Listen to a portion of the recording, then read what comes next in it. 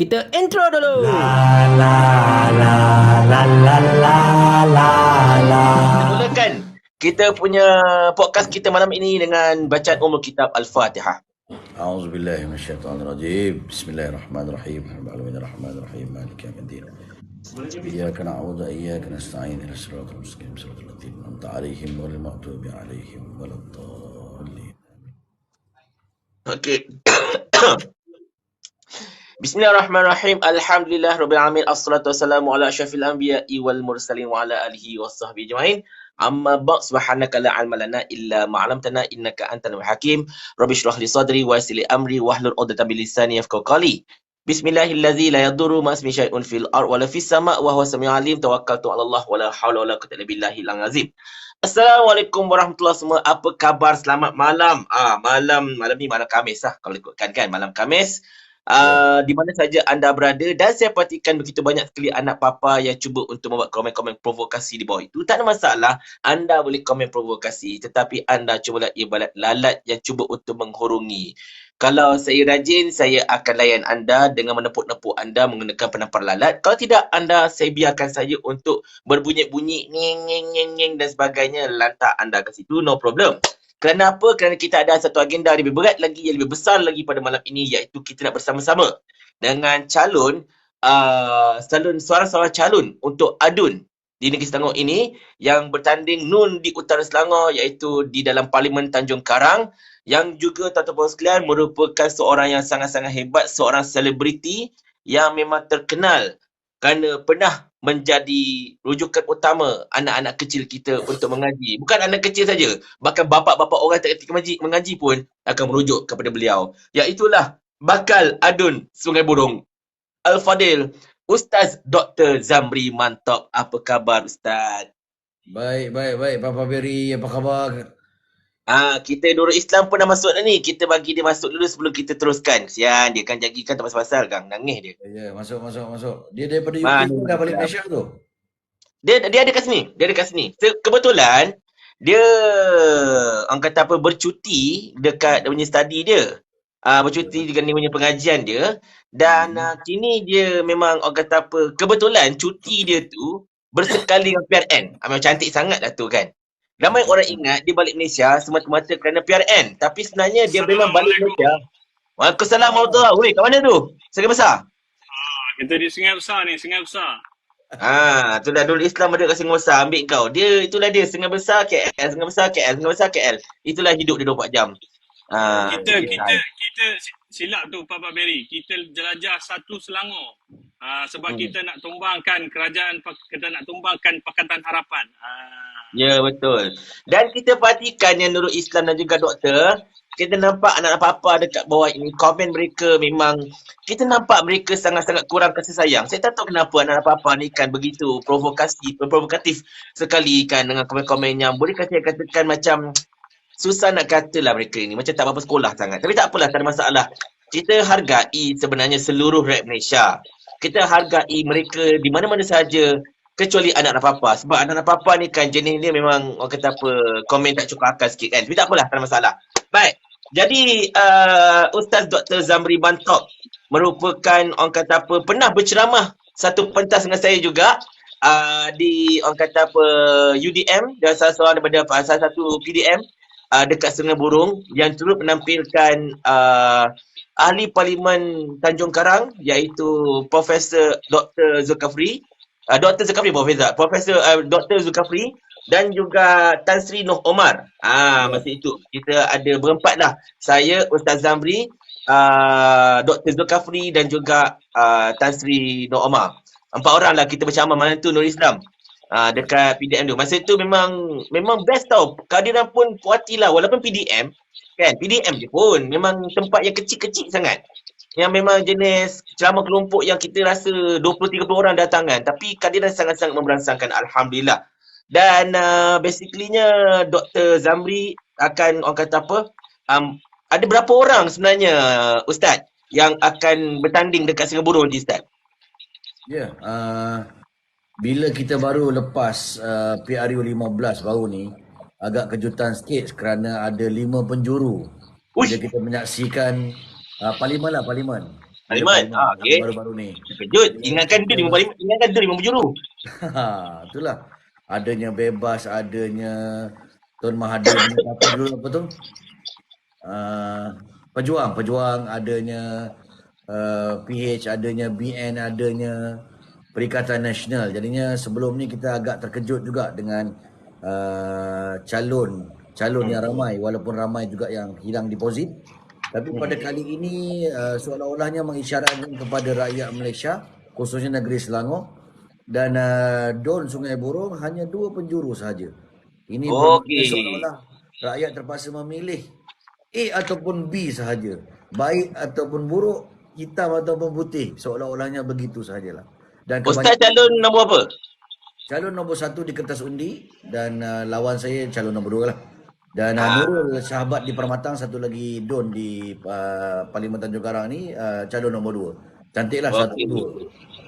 Sebenarnya Ustaz calon nombor 1 lah Nombor 1 di hati anda iaitu Ustaz Dr. Zamri Mantop. Sangat-sangat luar biasa. Baik. Saya nak menyerahkan untuk soalan yang pertama kepada Ustaz Dr. Zamri Mantop ini kepada sahabat saya di Sungai Besar. Kerana dia sedang berada di tengah-tengah sungai dan sungai itu terlalu besar, kita serahkan kepada Nurul Islam untuk soalan yang pertama. Ya, dia sebenarnya antara saya dengan Papa Berry ni, kita mengapit Ustaz Zamri di tengah-tengah. Gitu. Mantap. Saya di Sungai Besar, Papa Berry di Gombak, Ustaz Zamri di Sungai Burung. Bila nak turun Sungai Burung tu?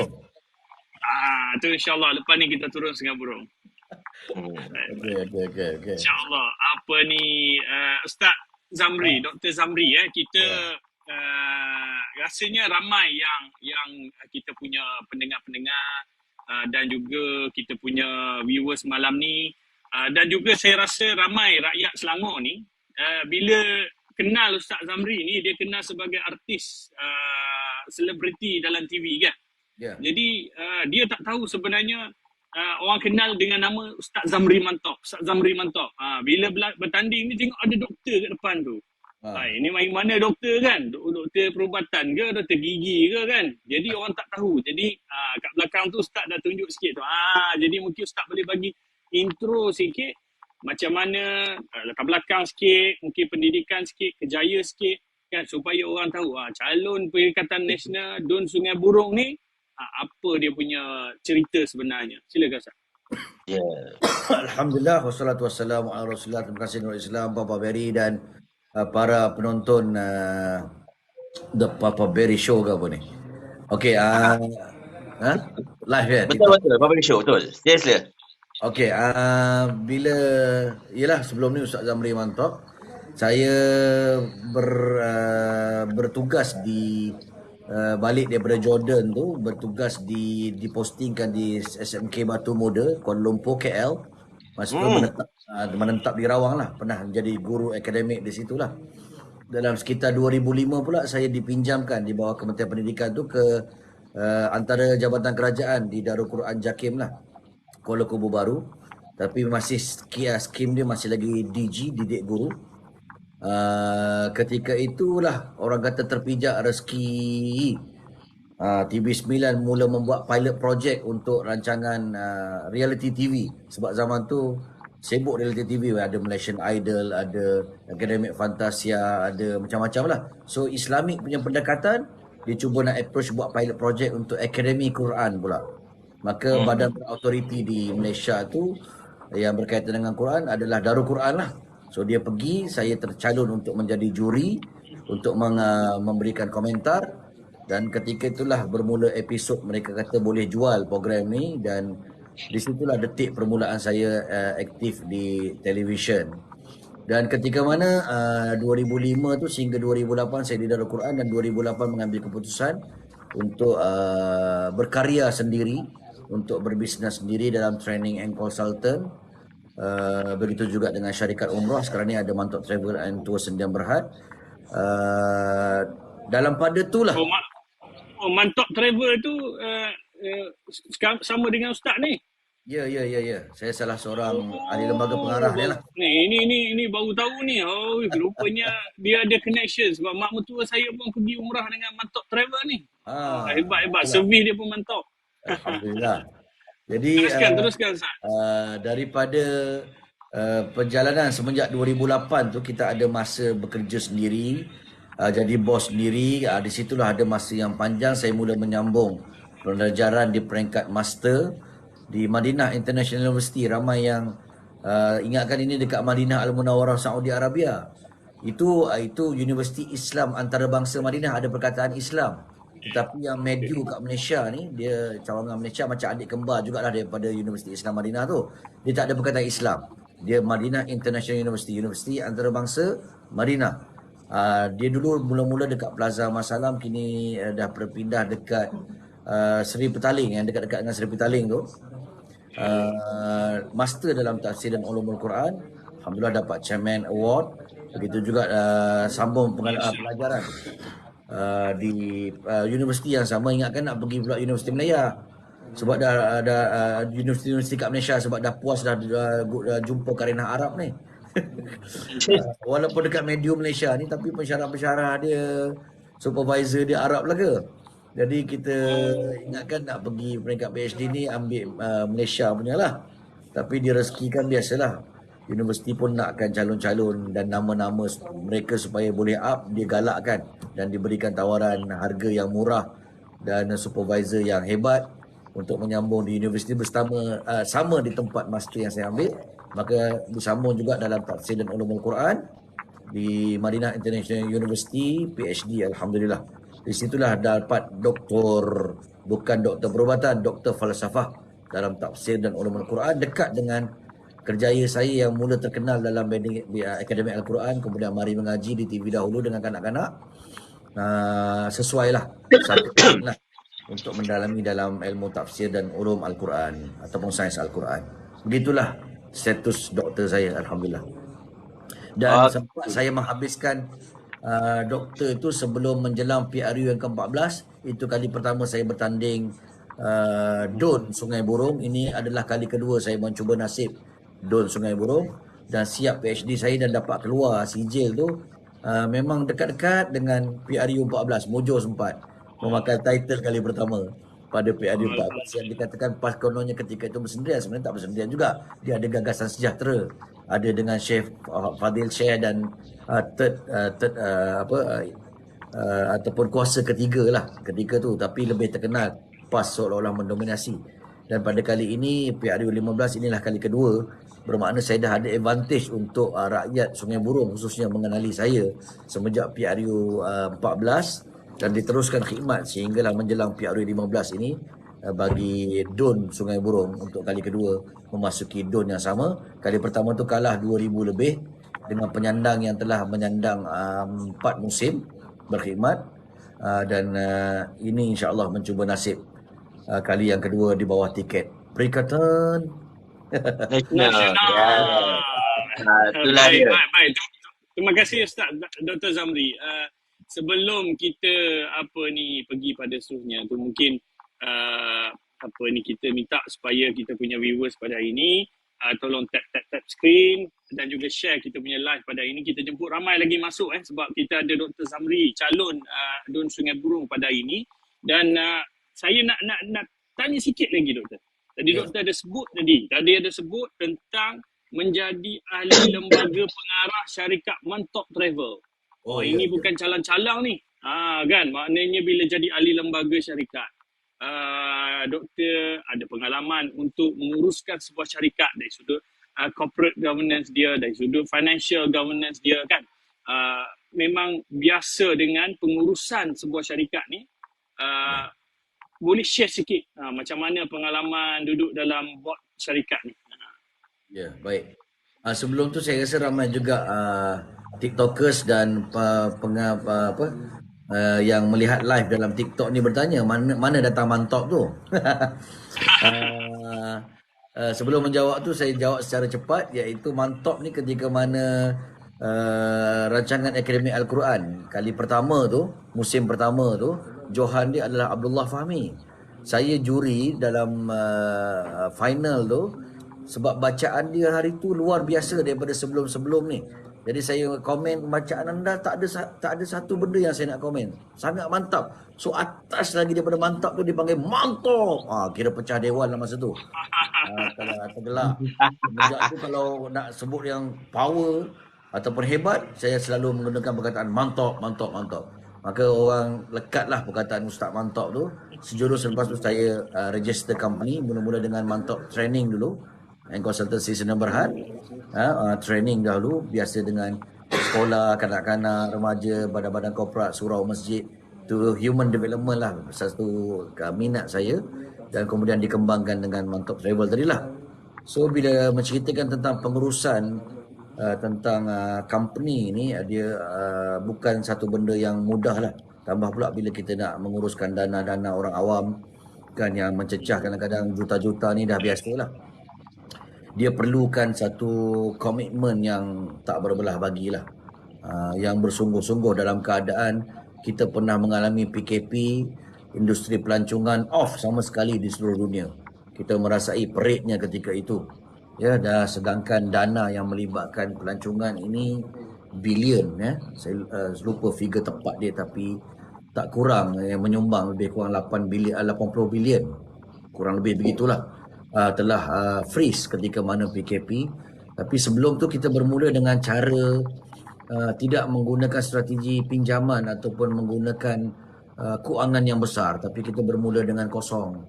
Kita bermula dengan menggunakan modal ataupun pendeposit tu dahulu untuk survive, sehinggalah kita boleh pergi kepada yang lebih hebat daripada tu, untuk mencagar hotel, untuk book flight, tiket, sehinggalah alhamdulillah mendapat Sdn Bhd dan trip yang semakin meningkat daripada hari ke hari lah. Jadi disiplin untuk menyusun ke semua ni dalam satu rhythm yang cantik bukan satu benda yang mudah lah, sebab orang kata bisnes ni biasanya orang share bulan bintang kat langit je, tapi jarang yang nak share taik-taik kat bumi. Di sebalik kehebatan bulan bintang tu sebenarnya cabaran juga banyak lah. Ya, begitulah. Dia sebenarnya pengalaman Ustaz Dr. Zamri navigate through semua difficulties dalam perniagaan ketika zaman COVID dan sebagainya. Sebenarnya itu satu pengalaman buat doktor untuk mentadbir negeri Selangor satu hari nanti, sebab dia sama je macam mana ketika COVID tu syarikat mengalami pelbagai masalah dan sebagainya. Negara pun turut mengalami benda yang sama. Saya rasa kalau kita bercakap dengan Tan Sri Muhyiddin ketika itu, masa COVID, dia mengalami benda yang sama, kemelesatan ekonomi kan, border ditutup, rakyat perlu kebajikan dan sebagainya. So the same effect berlaku kepada negara, dan juga Dr. Zamri mengalami dalam syarikat beliau. Jadi ini satu pengalaman yang baiklah, dan insyaAllah kita di hujung rancangan kita untuk kita punya viewers, kita akan ada sesi soalan anda akan dijawab oleh Dr. Zamri. Jadi kalau siapa yang ada soalan, especially yang berkaitan dengan Dun Sungai Burung, boleh tulis di komen. InsyaAllah kita akan bacakan satu persatu untuk Dr. Zamri jawab. Silakan Papa Berry. Okay, so Dr. Zamri Mantap kita basically-nya okay. Aku kena pelanggan ni. Okay. Jadi, macam mana kita tahu kan, dekat Sungai Burung ini memang satu merupakan kawasan yang luar bandar lah kalau ikutkan. Sebab dia berada dekat kawasan Tanjung Karang dan dikelilingi dengan sawah padi dan sebagainya. Jadi basically-nya kita tahu kalau ikutkan isu harga barang, walaupun ada agak efek jugalah sebab Selangor, masih lagi dalam berada Selangor kan, Tanjung Karang ni kan. Tapi dia taklah se-efek sebesar seperti kami dekat Gombak sebagai contohnya yang berada dekat pusat tengah bandar ni. Tapi saya difahamkan memang terdapat isu yang lebih mencengkam rakyat Sungai Burung ini sebenarnya, Ustaz Dr. Zamri. Boleh tak Ustaz Dr. Zamri cuba memperhalusi ataupun mencerakinkan apakah isu-isu yang lebih mencengkam penduduk Sungai Buloh secara khususnya dan juga penduduk Tanjung Karang ini secara amnya, dan mungkin sekiranya kalau Dr. Zamri ada idea-idea tertentu dan mungkin punya gagasan je lah, because this is not your first time kan. Dr. Zamri memang orang kata apa, sentiasa memburungkan diri dekat Sungai Buloh tu kan. Jadi kita tahu Dr. Zamri memang dah biasa dekat situ. Jadi mungkin Dr. Zamri boleh menjelaskan tentang apakah sebenarnya masalah yang mungkin berlaku dekat rakyat Sungai Buloh ini yang memang mereka merasakan paling dekat dengan mereka, dan maybe if you have something to say about that, silakan. Baik. Pertama kita tahu bahawa periuk nasi Malaysia ini penghasilannya daripada Selangor dan sebahagian besarnya daripada Tanjung Karang, yang kurang lebih 45% daripada hasil padi negara. Hampir 50% tu, hampir separuh. Maka masalah-masalah yang berkaitan dengan agro pertanian ini memang ada. Terlalu banyak orang kata try and error and adjust. So ketidakstabilan dalam try and error and adjust kepada padi ini menyebabkan bila saya ronda-ronda tu hampir 10 musim dikatakan. Tak kurang 7 musim, hampir 10 musim kemenjadian padi ini adalah satu yang menyedihkan bagi rakyat Tanjung Karang lah. Kalau satu petak padi ataupun satu sekeping ni, kalau sebelum ni nak dapat 5 tan ni paling minimum tu senang. Sekarang nak dapat 5 tan pun payah. Yang dapat 1 tan pun ada untuk sekeping padi.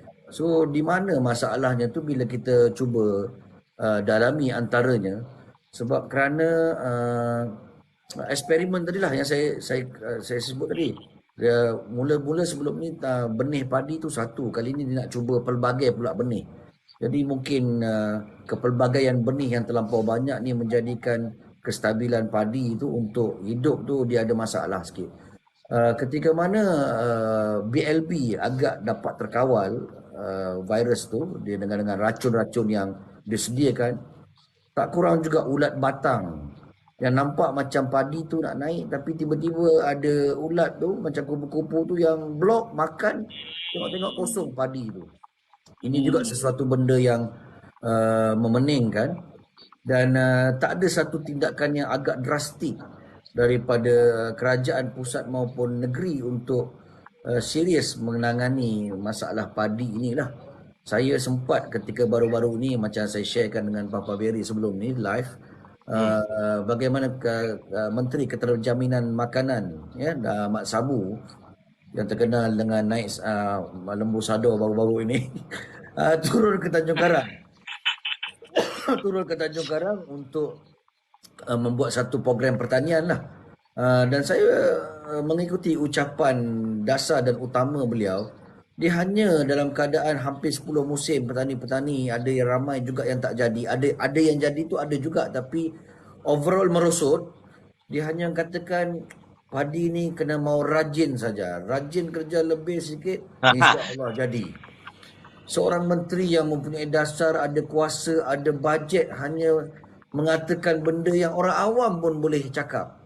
Ini satu benda yang saya rasa tak tahulah adakah orang kanan dia memberi info yang tidak tepat ke, ataupun tidak mendasar kepada orang-orang yang dekat field work.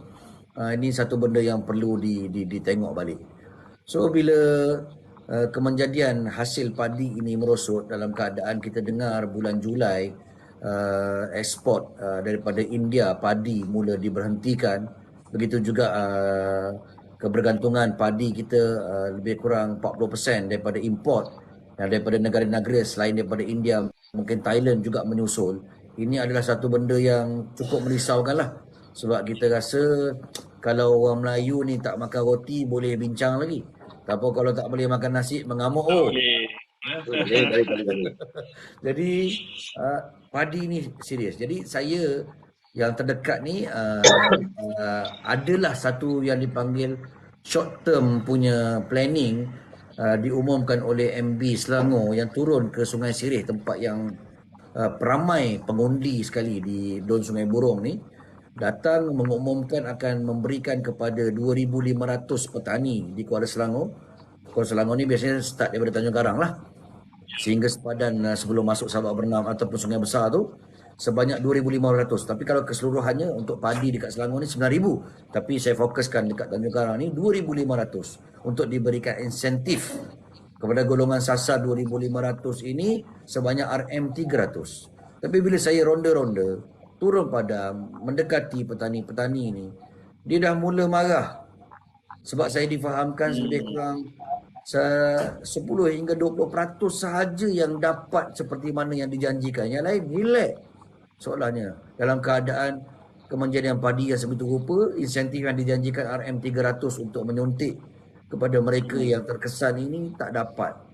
Sedangkan telah dibuat janji sebegitu rupa. Ini satu benda yang menyedihkan.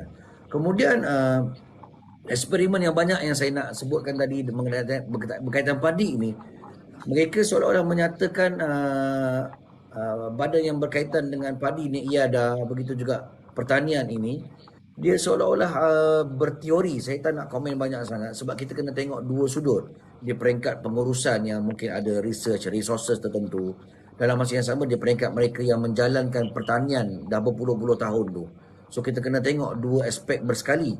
Tapi sekadar yang rakyat yang saya jumpa, mereka yang bergelumang dengan padi ini, mereka bersetuju dengan jadual penanaman yang lama. Sebab sekarang ini musim panas dan krisis air pun dah mula semakin teruk. So bila mereka buat penanaman padi itu terlampau dekat di antara petak padi dengan petak padi yang bersebelahan, itu mengakibatkan air itu tak boleh nak support. Panas pun panas, mengakibatkan terjejas juga kemenjadian padi itu.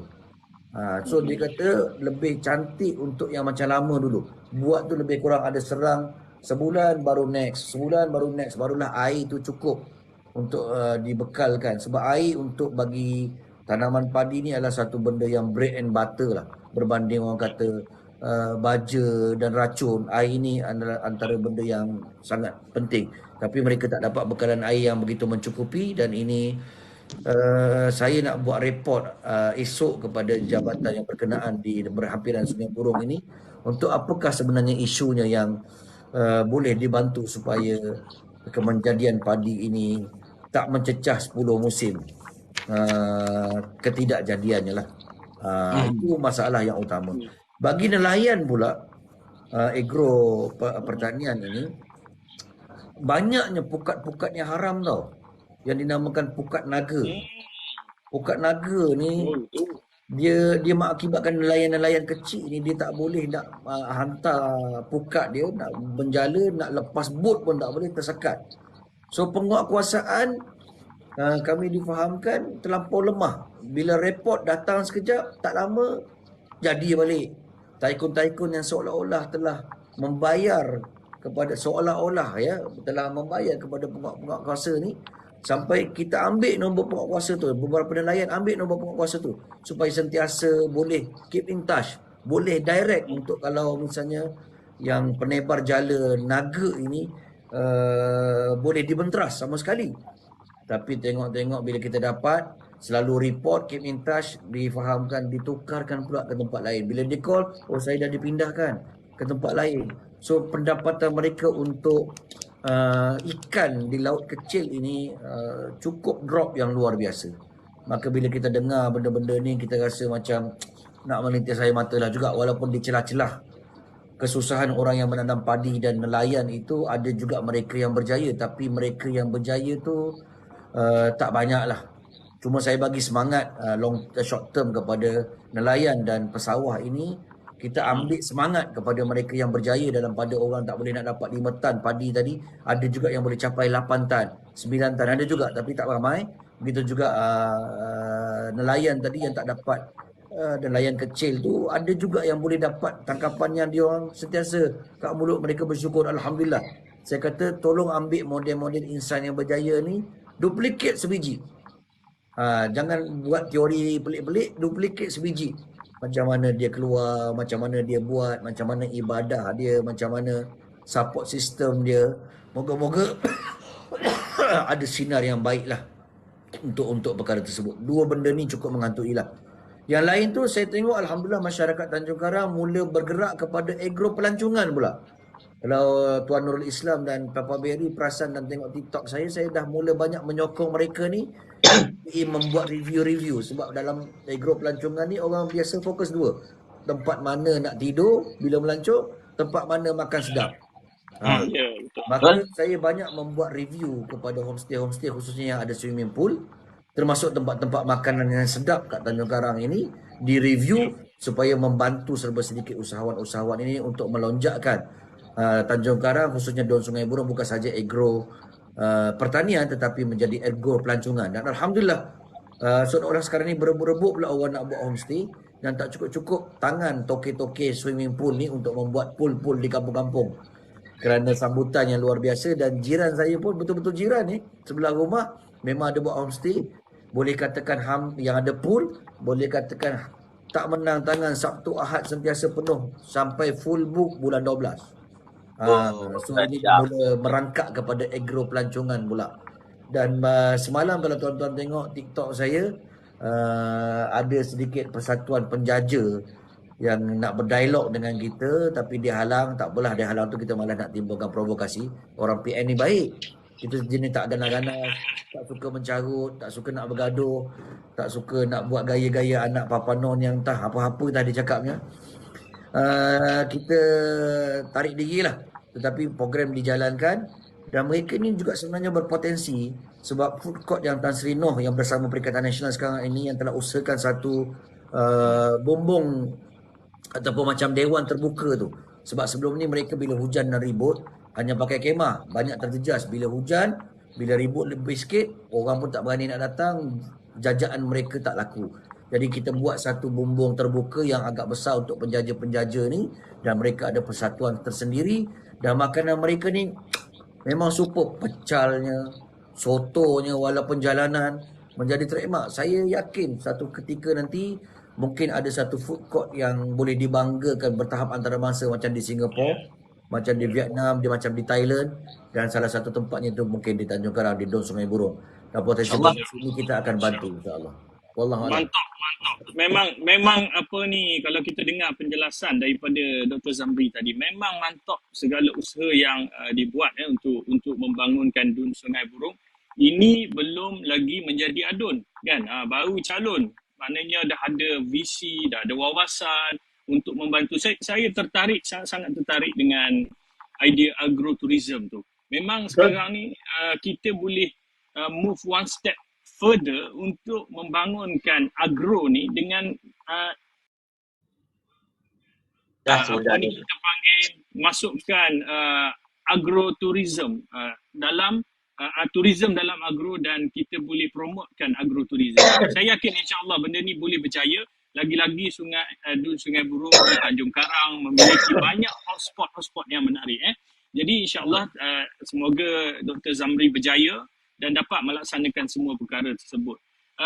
Kita bercakap tentang, tadi kita bercakap tentang agro, kita bercakap tentang nelayan, kita bercakap tentang maknanya ekonomi rakyat Dun Sungai Burom tu. Tapi macam mana Dr. Zamri kalau bila orang bercakap tentang miskin tegar dalam Dun Sungai Burom, apa perancangan Dr. Zamri untuk membantu golongan miskin tegar yang ada dalam Dun Sungai Burom ni supaya kita boleh uplift dia orang punya ekonomi selain daripada program-program kebajikan? Mungkin Dr. Zamri boleh share sikit what is your planning lah untuk selesaikan isu tu. Menariknya di Tanjung Karang ni kita ada mantan MP Tanjung Karang yang telah berkhidmat lebih kurang 6 penggal, Tan Sri Noh. Dan ketika mana COVID saya nak petik dan kodkan bahawa di bandar-bandar banyak yang mengangkat bendera putih kerana memerlukan bantuan, tetapi di Tanjung Karang alhamdulillah agak terbela dan terjaga. Susah nak jumpa mereka yang tidak mendapat bantuan. Pun begitu, Tan Sri Noh telah menaburkan bakti sampai hampir semua rumah, tak kira pembangkang tak pembangkang, termasuk aku pun dapat dulu beras gambar muka Tan Sri Noh. Bayangkan betapa berkhidmatnya dia. Jadi nak cari orang yang betul-betul miskin terbiar agak tidak ada. Kesemuanya kebanyakan dibela melalui pusat zakat ataupun JKM. Dan Alhamdulillah baru-baru ni saya pun kongsi kat TikTok bahawa tak semestinya anda menjadi YB. Kalau bukan YB pun melalui sistem sinergi perkeso. Ya, kami ada NGO Tanjung Karangkai yang kami bangunkan bersinergi dengan perkeso untuk lepas ni mana-mana orang yang susah, yang layak, asnaf baik, orang yang susah baik, ada nak membuat peluang, nak cari pekerjaan, nak cari peluang-peluang bisnes, dia layak, dia tidak lagi ditendang seperti mana orang pergi jabatan kerajaan, JKM, bukan sini, kau pergi ke jabatan sana, ditendang pula macam bola. So ada satu sistem disinergikan, kita key in kan orang punya IC, nombor kontak dia, dia akan searchingkan dalam masa lebih kurang 5 hari akan diberikan jawapan. Feedback layak tak layak akan rujuk ke mana, walaupun di DON tersebut tak ada YB dan sebagainya. So bagi golongan sasar betul-betul B40, asnaf dan sebagainya, insya-Allah agak terbela. Cuma soalan Nurul Islam tadi menarik, untuk menghapuskan golongan miskin ini saya rasa agak mustahil sebab lis-sa'ili wal mahrum kat dalam Al-Quran menyebut sentiasa ada golongan yang meminta dan golongan yang memang betul-betul miskin. Itu memang ada dan saya rasa orang yang cover dan badan yang covernya pun dah memang ada, iaitu zakat dan JKM, walaupun semakin kurang pendapatan dia tapi not bad lah. Tapi saya sendiri berazam ketika mana bersama dengan Tan Sri Noh dahulu, khususnya ketika mana muafakat nasional, Tan Sri Noh ni seorang yang penabur bakti lah. Jadi dia banyak menabur bakti di sekolah, di masjid, di surau, golongan asnaf, ibu tunggal. Boleh katakan segala fasilitis yang bersifat fizikal, bantuan dibagi dengan tip-top, ben mantap. Begitulah. Cuma bila saya dengan MN dengan dia kata, Ustaz, kebanyakannya saya dah bantu. Dari sudut fasilitis mereka, bantuan-bantuan mereka, jarang ada yang tercicir. Dan saya fikir inilah masanya Ustaz untuk bantu pula untuk membangunkan modal insannya. Sampai bila kita nak bagi yang dinamakan ikan, kita kena mula memberikan masyarakat Tanjung Karang, Sungai Burung ni pancing. Dan bila mereka terlampau banyak sebelum ni, Tan Sri Noh dilatih untuk memberi pancing, agak sukar juga. Memberi ikan, agak sukar juga untuk melatih mereka sekarang ni untuk pergi kepada mengail ikan. Tetapi usaha itu sebenarnya ada dan sebenarnya dah ada beberapa kejayaan. Anak muda tempatan yang hanya jual ayam goreng, ais kepal, tapi pendapatan dia sehari 800 hingga 2000. Bayangkan kalau 2000 sehari, 30 hari kurang 40 hingga 60k dia boleh dapat kotor. Ya, ada usahawan-usahawan yang sebegini rupa. Dan saya sendiri yang terlibat banyak dengan human development sebab buka training, ada pengalaman buka syarikat sebagai usahawan, ada pengalaman untuk buka pondok sekejap dulu. So, siapa yang berminat untuk usahawan, kita boleh tolong reviewkan, bagi ilmu, berkongsi ilmu untuk bangunkan macam mana bisnes mereka meletup. Dan ramai yang akan serbu bisnes dia. Kita akan kongsikan. Ini contoh membangunkan modal insan. Begitu juga kalau mereka yang tercicir, anak-anak ni. Sebab baru-baru ni berita harian keluarkan, surprisingly bahawa 70.1% kurang lebih begitu. Lebih kurang 71% anak selepas SPM tidak minat untuk menyambung pelajaran. Ini disaster sebenarnya. Sebab Malaysia ataupun Selangor akan menuju kepada negara yang tidak mempunyai kemahiran yang tinggi, pakar rujuk dan berkemahiran yang tinggi. Ini kita risau. Ya, oleh sebab itu, bagi anak-anak yang dah tidak minat, yang tak nampak masa depan dia, yang ada keciciran, saya menawarkan diri untuk, insya-Allah, kalau diberikan amanah ini untuk ambil orang-orang ni, nampakkan masa depan dia. Kenapa perlu belajar? Mana ruang ni yang boleh buat pinjaman untuk meneruskan pembelajaran? Macam mana Tan Sri Noh pun sebut kemiskinan ini bukan warisan. Ia boleh dikeluarkan satu-satunya dengan pendidikan. So itu saya rasa saya boleh menyumbang untuk di sekolah bagi anak-anak yang keciciran ini, yang mungkin tidak minat dalam akademik dan sebagainya, untuk dinampakkan masa depannya. Usahawan pun begitu rupa. Dan saya terkejut bila ronda-ronda, bukan ronda-rondo ni janda-janda, ronda-ronda. Tapi walaupun ronda-ronda tu kadang-kadang jumpa janda juga. Masa ronda-ronda tu terjumpa anak Sungai Burong yang telah banyak juga yang melanjutkan pelajaran dah grad daripada Jordan, daripada Mesir, daripada Yaman. Bila saya jumpa anak-anak muda ni, saya kata okey, di Don Permatang sebelah anak Tan Sri Noh bertanding tu ada pondok yang signifikan juga. Tapi kat Sungai Burong ni tak berapa ada. Apa kata kita bangunkan pondok ni untuk di mana ada ilmu, biasanya di situlah hilangnya kejahilan dan modal insan akan menjadi kuat dan hebat. Dan mereka rasa sangat seronok dengan cadangan dan bantuan dan jalan-jalan yang nak dibukakan kepada mereka ini. Dan kalau minat untuk mengimarahkan madrasah-madrasah, sekolah-sekolah keagamaan Masjid Surau, ada channel dia. Kalau nak membangunkan modal insan dari sudut perniagaan, ada dia punya cara dia. Kalau nak membangunkan modal insan dari sudut pendidikan di sekolah-sekolah yang tidak minat untuk menyambung pelajaran, ada kepakaran saya untuk menyumbang. Daripada itulah membangunkan modal insan, melengkap kepada fasilitis yang telah ada yang not bad juga di Tanjung Karang ini, menjadikan insya-Allah satu ketika nanti anak-anak di Don Sungai Burong Tanjung Karang insya-Allah menjadi seorang yang bukan kaleng-kaleng, yang mantap. Alright. Memang sangat-sangat best Ustaz. Sebab dari sini kita nampak satu perkara tuan-tuan puan sekalian. Dr. Zamri Mantap memang tahu tentang apa sebenarnya berlaku dekat Tanjung Karang. Dr. Zamri tahu apa yang sebenarnya tengah bermain di kalangan masyarakat Tanjung Karang itu sendiri, apa isu-isu yang berbangkit dan sebagainya. Kerana saya dengan Nurul Islam, kalau anda perhatikan, apa yang kami cuba lakukan melalui live inilah, kami nak lihat kepada para DUN, para calon-calon YB ini, adakah mereka ini bertanding, kan? Ada semata-mata ingin menjadi YB semata-mata, ataupun mereka memang faham tentang keadaan yang berada di sekitar mereka dan sebagainya. Macam kalau anda perhatikan semalam, walaupun semalam live kami itu memang sangat tidak perfect. Banyak sangat masalah dengan tayar kita, aku pecahnya. Dengan Nurul Islam pula tiba-tiba ada kena pergi ceramahnya. Semua complete lah semalam. Memang terbalik. Tapi kalau anda perhatikan live kami semalam sebagai contoh dengan Cikgu Sharifah, iaitu calon untuk DUN Lembah Jaya yang akan melawan dengan seorang lagi Syed kan, iaitu Ultimate.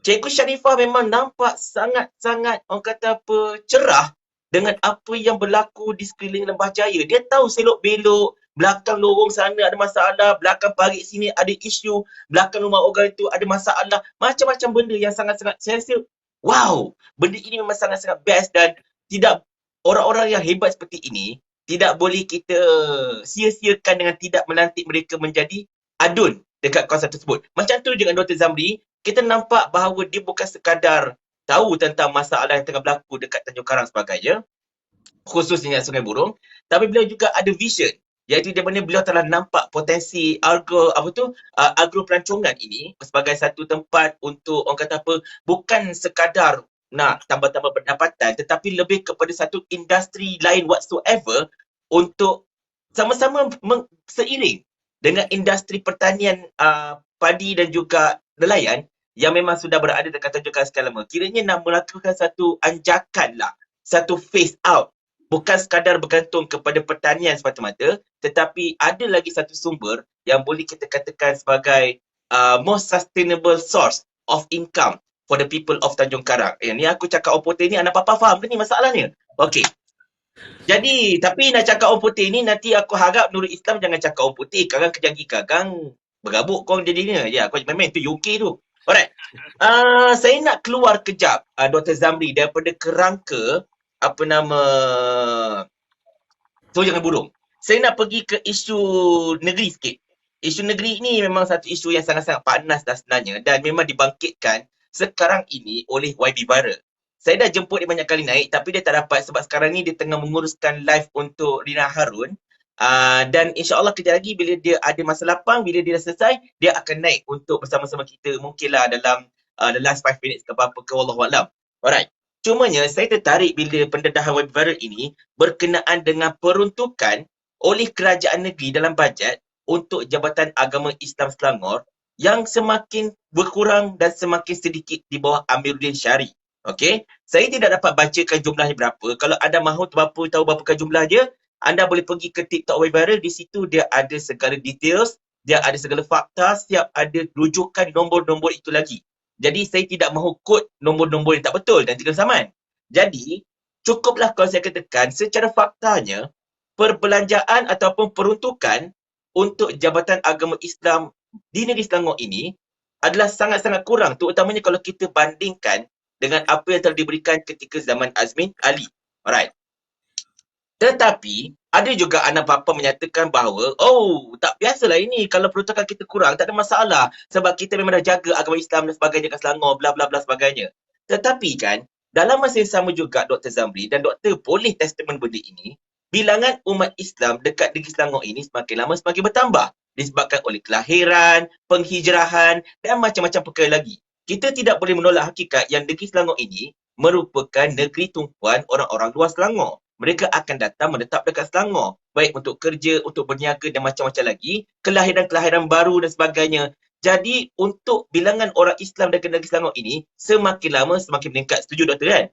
Jadi bila dia makin meningkat, sepatutnya perbelanjaan ataupun peruntukan untuk Jabatan Agama Islam Selangor sepatutnya menjadi lebih banyak, menjadi lebih besar. Sebab kita mungkin akan terpaksa membina lebih banyak masjid.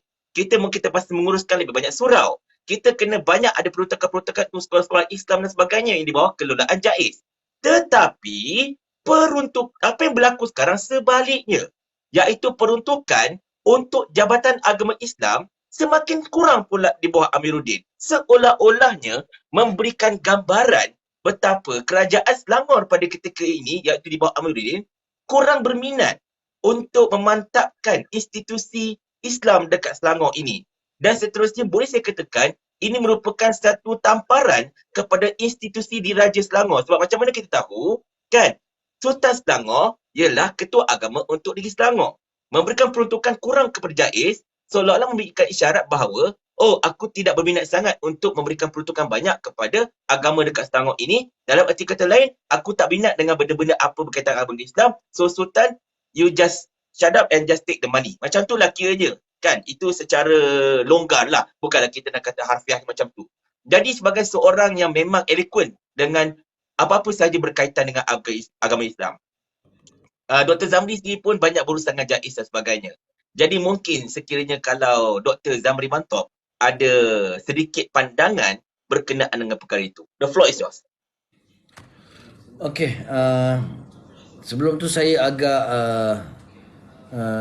terkejutlah ketika mana permainan politik kerajaan negeri ni di Tanjung Karang cuba ditwist dengan perkataan-perkataan yang tak baik, bukan tak baik lah, perkataan-perkataan yang tricky di billboard besar ketika mana nak masuk Pekan Tanjung Karang ni ada ditukar.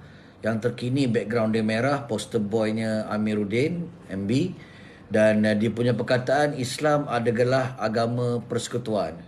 Syiar Islam di Selangor adalah sesuatu benda yang baik dan terus subur. Kurang lebih begitulah ayat dia. So saya bila tengok benda yang diwar-warkan tu dengan apa yang Papa Barry sebut dan apa yang berlaku, macam tak berapa tally. Dia tak add up kan? Ya. Satu, pertama dia main perkataan syiar sebab mungkin orang tak berapa faham tentang masuk syiar. So syiar ni mungkin, okey, kami pun buat sekolah agama, kami pun ada masjid negeri, kami pun ada buat juga panggil juga ilmuwan-ilmuwan daripada Mesir, Syekh Ali Jumaah, ada juga panggil Habib-Habib, ni syiar. Tetapi sebenarnya adakah mereka ikhlas untuk menjalankan Islam tu sendiri?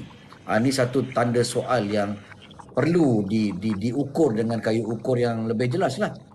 Pertamanya kita tengok sendiri bagaimana kejadian 1975 kan yang berlaku dekat Sepang, dekat negeri Selangor, dan benda ni boleh berlaku walaupun kita pujilah juga diberhentikan dalam keadaan cepat ketika mana aksi lelaki mencium lelaki di atas pentas, aksi minum arak, mengutuk perlembagaan Malaysia yang tidak mesra LGBT kononnya masih lagi boleh dibawa, dan kita tahu Papa pun menyebut welcome to Malaysia bagi kumpulan Blackberry pula, bagi kumpulan apa tu? Coldplay. Blackberry tu handphone. So muskil sama ada mereka ni sebenarnya nak mesra LGBT ke ataupun tak mesra. So isu LGBT ni lebih serius lagi berbanding syiar, kerosakan yang akan dibuat. Dan bagaimana kita tengok analisa yang dikeluarkan oleh Kementerian Kesihatan pun sekarang ni virus HIV dan AIDS tersebar 90% adalah melalui hubungan sejenis. Bukan lagi melalui jarum suntikan. Orang kata makan dadah dah tak main pakai jarum-jarum dah. Main telan terus saja. Main sedut saja. Maka yang lebih menyebabkan HIV dan AIDS 90% adalah melalui hubungan sejenis. LGBT lah tu. So ketika mana di peringkat Dewan Undangan Negeri kita saksikan bagaimana MB sendiri yang cuba nak mengangkat di parlimen yang ketika itu menjadi YB Eng Sulim menjadi speakernya untuk isu parent, iaitu anak atau bapa, mak atau bapa yang misalnya salah seorang Islam, so anak dah boleh kira Islam. Tu MB sendiri daripada parti komponen mereka sendiri nak propose supaya mak, parent tu, mother or father yang selari dengan Perlembagaan Persekutuan nak digubal kat Selangor ni supaya selari, tak diberikan. So mana yang kata mesra Islam? Bahkan nak mematikan orang yang nak masuk Islam ni disusahkan seolahnya. Kita tengok bagaimana sistem Islam yang telah difatwakan haram oleh oleh Jawatankuasa Fatwa di negeri Selangor, ya, tetapi dicabar balik oleh sehingga ke Mahkamah Tinggi, Mahkamah Persekutuan, dan akhirnya sistem Islam ni seolah-olahnya termasuklah nabi palsu, ajaran Kaha dan yang lain-lain dicabar juga oleh tangan-tangan gaib yang mesra kepada golongan liberal ini, akhirnya kalah. So sistem Islam seolah-olahnya boleh, ajaran Kaha iaitu nabi palsu Tuhan Harun pun telah dicabar, okey. Termasuklah kalau tuan-tuan ingat cerita Iki Putra yang mengunyit tu tuan-tuan, dalam satu function ditangkap oleh penguatkuasa agama, cuma salah seorangnya tidak ditangkap sebab dia bukan Islam. Dia bukan Islam. Tapi yang lain tu Muslim mengaku salah pun. Tapi yang Iki Putra ni dia cabar balik tuan-tuan, dan akhirnya menang kes dia. Seolah-olahnya mengatakan Selangor ni okey, nabi palsu boleh, Tuhan Harun tak ada masalah, sistem Islam yang difatwakan sesat pun okey, ahlan wa sahlan, welcome. Anak-anak murtad pun, mak bapak nak anak dibirokrasikan. So mana yang kata syiar Islam dan kata membela Islam tu? Termasuklah orang kata mengunyit pun, orang sekarang ni sebut mengunyit. Mengunyit pun telah dicabar dan dibenarkan. Dan saya dihubungi di Don Sungai Buruh ni sepanjang kempen pilihan raya ni oleh guru-guru Kafa yang masih lagi kebanyakannya guru SRA ni, kesemuanya majoritinya berstatus kontrak yang kebanyakannya mereka ni dibagi kata 2. So kelas-kelas yang anak murid sikit ni digabungkan jadi 40 supaya mengurangkan guru dan bebanan untuk membayar gaji berstatus kontrak yang perlu renew bagi setiap tahun. Dan akhirnya kalau kamu tak nak pindah ke tempat lain yang memerlukan, yang difahamkan kebanyakannya kalau pindah daerah jiran boleh tahan lagi, tapi kalau Sabak Penam pergi ke Sepang, utara pergi ke selatan, bayangkan. Dan mereka memang terbeban dengan gaji 1,500 yang dah lama tak direview, seolah-olah menganaktirikan pendidikan Islam. Dan kalau kamu tak nak berpindah ke tempat yang jauh macam ni, sila letak jawatan, seolah diberikan kata 2 sebegitu rupa. Dah lah gaji diorang sedikit, 1,500, tak pernah nak bagi insentif yang membanggakan. Kerana pula yang tak ada kerja-kerja sampingan, 1,500 dia bagi warga negeri Selangor di bawah garis kemiskinan tu namanya. Maka inilah yang kononnya syiar Islam terbela, tetapi sebenarnya hakikatnya bila kita zoom lebih dekat, macam menyemak je Islam ni. Seolah kata menyebuk je, menyusahkan je. Bajet Islam ni kalau boleh tak mesra kepada liberal dan ni elok dihapuskan dan disikitkan. Seolahnya begitulah nak disampaikan mesej, tapi betul-betul secara halus, Bapa Ferry. Sila. Okey, saya tak 2 soalan tambahan Tanul Islam. Ada 2 soalan tambahan untuk Dr. Zamri ni. Aku ni kalau buat soalan tambahan ni sonok. Okey, nombor satunya, soalan tambahan saya ialah ini kedua-duanya minta ulasan Ustaz juga lah basically-nya. Nombor satunya berkenaan dengan isu yang viral ketika boleh katakan pada bulan Jun hari itu dan membawa sampai sekarang lah. Iaitu terdapat ura-ura di mana PBT, okey, pihak berkuasa tempatan, tidak lagi mahu membenarkan sekolah-sekolah persendirian Islam untuk beroperasi dekat short lot. Di mana benda ini sudah pasti bukan sekadar melibatkan basically-nya sekolah macam Seriti ataupun Smiti sebagainya, yang of course macam mana kita tahu berada di bawah PAS, tetapi juga melibatkan sekolah-sekolah swasta yang langsung tak ada kaitan dengan PAS, kan? Yang which is bilangan begitu banyak. Even kalau macam saya tak tahu dia tak jangkauan macam mana, tetapi macam contoh di Sarjana Utama iaitu dekat Sungai Buloh, ada satu sekolah berhampiran satu row dengan restoran Farid dan juga Domino's Pizza di situ. Memang dia satu row dekat situ, ada satu sekolah kat situ. Dan kita ada juga bukan sekadar sekolah-sekolah yang persendirian Islam. Bahkan dekat Selangor ini pun sebagai contohnya, ada juga a few, taklah banyak tapi a few, sekolah-sekolah persendirian yang tidak melibatkan Islam, sekolah persendirian lain, yang turut menggunakan bangunan shop lot sebagai tempat operasi mereka. Satunya kerana kita tahu nak tanah dekat Selangor ni sangat-sangat premium, terutamanya kat bandar-bandar. Kan? Nak beli tanah untuk buat rumah pun beratus ribu. Apatah lagi nak cerita untuk buat satu sekolah yang saiz dia of course lebih besar daripada sebuah rumah. Kan, sebagai contohnya. Dekat Gombak ni pun, satu tanah pun RM150,000 tak lagi harga. Itu untuk satu lot rumah tanah tu kan. Nak buat sekolah ni bukan kecil tanah dia. Jadi mereka memilih untuk buat dekat short lot dan sebagainya kan. Dan of course, bila mereka buat sekolah dekat short lot, macam contoh Seriti, mereka akan terpaksa mereka memang akan meminta orang kata apa rujukan dan juga pemeriksaan daripada pihak bomba. Akan meminta untuk pihak-pihak yang memang nak menentukan sama ada bangunan itu lulus dan selamat digunakan untuk sekolah, mereka akan cek terlebih dahulu. Dan anda kata kalau lepas barulah mereka boleh dapat minta lesen, betul tak Ustaz? Bukannya mereka boleh minta lesen macam tu je, tak. Mereka akan di-inspect dulu. Okey, fine, selamat atau tidak, ada tak pintu lain dan sebagainya, ada tak salinan bagus, gedebak-gedebuk semua. Lulus semua everything, sign, baru boleh minta lesen. Lesen sampai 2 pula tu. Lesen dengan PBT, lesen untuk beroperasi. Belum cerita untuk lesen sewa bangunan. Banyak lagi benda. Tapi bila PBT mengatakan bahawa lepas ini sekolah-sekolah persendirian Islam ini tidak lagi akan dibenarkan untuk beroperasi ke short lot, sikit banyak minta maaf, saya bukan nak menduduh, tapi kelihatannya macam mereka ini, macam kata Ustaz ni dah, hendak menutup syiar Islam. Contrary dengan apa yang dilaungkan oleh Amruddin Syari. Saya pun nampak billboard tu dekat Batu Cape ni pun ada. Nah, syiar Islam macam berkembang Selangor. Tapi apa yang berlaku adalah sebaliknya. Itu yang pertama Ustaz. Yang ni panjang sikit lah Ustaz kena ulas. Yang kedua ni pendek je. Nak tanya, Ustaz boleh tak pergi bercakap masjid sekarang? Okey. Kalau Ustaz tak boleh bercakap ke masjid, so apa kejadahnya Fahmi Fadil boleh bercakap dekat Masjid Karawang tu? Padahal kalau sefaham saya, seorang ahli politik yang well-known ahli politik tidak dibenarkan untuk berucap apa-apa pun dekat masjid, tak kira lah berkenaan dengan politik ataupun tidak. Betul tak? Betul. So macam mana pula Fahmi Fadil tu boleh bercakap dekat masjid? Orang kenal dia sebagai Menteri Komedi. So dia pula boleh lepas pula kau cakap kat masjid, apa cerita kau sekarang? Berlaku ketidakadilan kat situ. Sekali lagi, itu melanggar syiar Islam. Tak adil. Ustaz, komen. Terutama nombor satu tu. Pak Berry, jap. Ya. Saya tambah satu lagi soalan. Ustaz jawab tambah. isu yang sama kan, isu-isu Islam ni.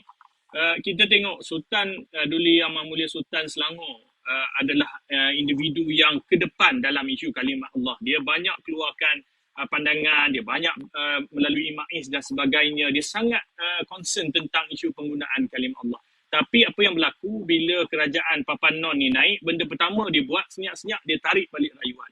Kesan dia sangat besar, Ustaz.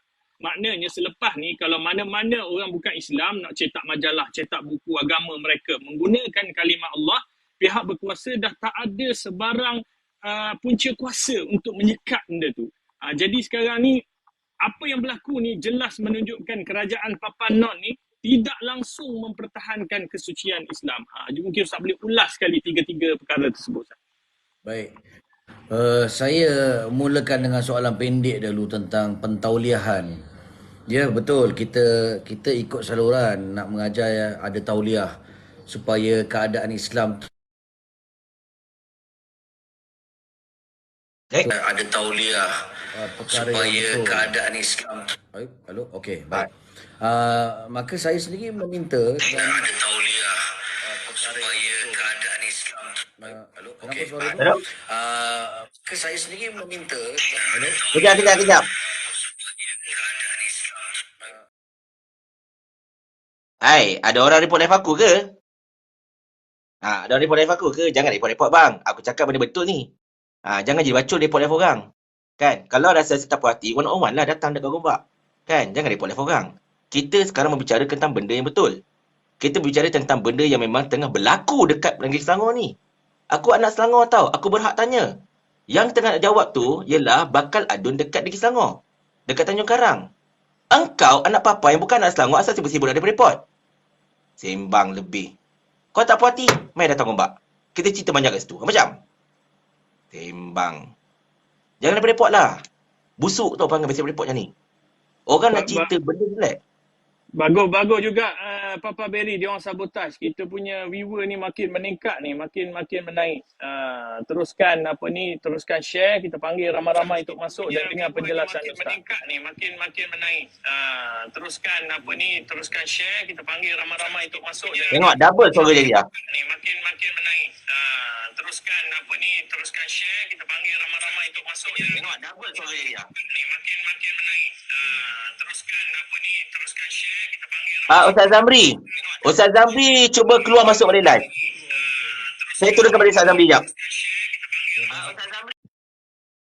Okey, saya turunkan Ustaz Zamri jap. Lepas ni saya bagi Ustaz Zamri naik. Tu kisah dia. Nampaknya betul kata Nur Islam. Bila dah sabotaj ni naik pula live ni kan. Rasa-rasanya kita tahu bila Nam naik ni, dia dua lah. Sama ada anak papa mula menyerang ataupun mungkinlah ada orang-orang Jekkom yang tak puas hati. Sekarang ni kepada orang Jekkom yang tak puas hati, mes ni aku beritahu kau tengah-tengah lah ya. Aku tak ada pakai sahaja awak dah. Aku pakai aku kau je sebab aku tak puas hati dengan korang sekarang ni. Nombor satunya, lantaklah kau nak kata aku koyak ke tak. Kan? Kalau menteri korang boleh koyak, takkan aku tak boleh koyak. Apa cerita? Sekurang-kurangnya koyak-koyak aku tak ada suruh bagi radio car tau. Satu. Nombor duanya, kita cerita benda yang berlaku dekat Negeri Selangor. Kita cerita tentang benda yang sekarang ini memang nampak sangat tengah berlaku kat Negeri Selangor. Cerita pasal PBT tak benarkan sekolah Islam dibuka dekat Shotlot. Itu cerita betul, bukan cerita tipu. Kan? Kita cerita tentang Fahmi Fadil. Boleh pula berucap dalam masjid. Mana boleh?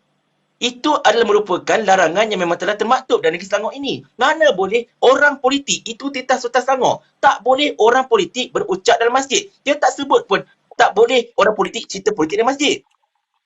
Itu memang termaktub titah sultan Selangor. Engkau sembang daulat tuanku, tuanku bagus tuanku kutuk tuanku tak marah kat Sanusi tuanku tuanku murka kat Sanusi. Oh daulat tuanku. Titah sultan Selangor cakap ahli politik tak boleh berucap dalam masjid. Engkau bagi langgar pula. Sembang lebih lah korang ada masalahnya. Kau tak sembang? Apa tu? Sembang ah. Sembang gila-gila kau tak? Sembang, yang sangat-sangat sembang. Busuk masalah panggil kau ni masalahnya. Halo, boleh dengar? Alright. Okey, Dr. Zamri. The floor is yours. Sila. Okey. Saya jawab yang pendek dulu. Ketika mana tauliah tu saya dapat full lagi dia punya kelas. Dapat semua, Alhamdulillah. Kita adalah orang yang mengikut rules punya orang. Tapi disebabkan nama saya disenarai pendek sebagai ahli politik juga, maka ditarik balik tauliah tersebut. Dan saya sekarang ni hanya ada tauliah wilayah Persekutuan Jaya yang agak lebih terbuka sedikit. Maka saya sendiri walaupun begitu rupa tidak jenis anarki yang jenis suka langgar peraturan, kita ikut. Saya berkempen, saya tak berceramah kat masjid, saya tak pergi ke surau. Saya gunakan pula berhijrah mengambil benda ni dengan satu benda yang lebih positif. Untuk menghidupkan markas-markas, untuk memperbanyakkan online, untuk membanyakkan TikTok live. Sebab itu masih lagi ada saluran untuk menyampaikan dakwah. Jadi kita pelik kepada orang yang memang tak ada tauliah, ahli politik boleh langgar pula untuk masuk masjid pada kempen pilihan raya. Ini satu benda yang double standard antara dua darjat yang perlu rakyat nampak lah. Memang saya pun tak puas hati juga. Okey. Itu yang pertama lah nak ulas sikit. Yang kedua, tentang SIP, Sekolah Islam Persendirian ni. Baru-baru ni memang kecoh, tak kurang sebenarnya 80 sekolah yang terlibat. Dan pelajar lebih kurang 20 ribu 20,000 lebih. lebih kan? 20,000 lebih pelajar yang terlibat. Yang kebanyakannya akan tak lama menduduki UPKK yang darjah 5 punya penilaian tu, termasuklah PSRA sebelum mereka masuk ke sekolah menengah. Dan negeri-negeri ataupun PBT yang terlibat kebanyakannya adalah PBT yang berada di bandar, yang ahli majlis dia kebanyakannya daripada DAP. Dan kita tahu seperti mana yang terlibat, seperti mana di Shah Alam, di Subang Jaya, di Petaling Jaya, bandar-bandar besar. Walaupun YDP dia yang nantikannya ada setengahnya menjadikan ataupun menjanjikan akan membawa kepada mesyuarat penuh bersama ahli majlis dan memberikan harapan yang baik, tetapi bila masuk mesyuarat penuh dengan ahli majlis yang kebanyakan di bandar adalah daripada DAP, menyekat dan menyusahkan perkara ini sama sekali. Seolah-olah usaha untuk pemutihan tu kita ada, kita nak ajak bincang, naik, dah makan tempoh bertahun. Tapi mereka tetap menyita, menutup, menyantar notis. Kalaulah misalnya saya pernah buat short video sebelum ini, isu Musangking yang terang-terang orang kata tanah diceroboh pun orang kata boleh bincang, dah legal pun sekarang. Kalaulah kilang-kilang haram di Selangor yang banyak ni pun orang kata dipermudahkan, masih lagi banyak dan boleh beroperasi yang boleh mencemarkan sungai. Dan beberapa masalah air yang begitu banyak kat Selangor ni boleh bincang lagi. Takkanlah sektor pendidikan yang sepatutnya memberikan alternatif sekolah. Kerajaan ni berterima kasih sebab ada budak-budak sekolah yang boleh bersekolah, mendapat pendidikan agama. Tak adalah penuh sangat sekolah-sekolah kerajaan, sekolah-sekolah agama bantuan kerajaan. Adanya sekolah swasta ni patut berterima kasih. Bagi pula insentif, dipermudahkan, tidak dibirokrasikan. Kalau kilang haram, Musangking boleh bincang, bahkan sekolah vernacular yang terang-terang melanggar perlembagaan diberi pula peruntukan, boleh beroperasi sampai sekarang, mewah, ada aircon. Macam mana yang nak katakan syiar Islam dan orang kata Islam di Selangor ni dalam keadaan baik, sejahtera dan hebat? Saya tak boleh brain lah benda ni. So selesaikan dahulu sekolah 80 sekolah, 20,000 lebih pelajar, penyitaan, penutupan birokrasi ini.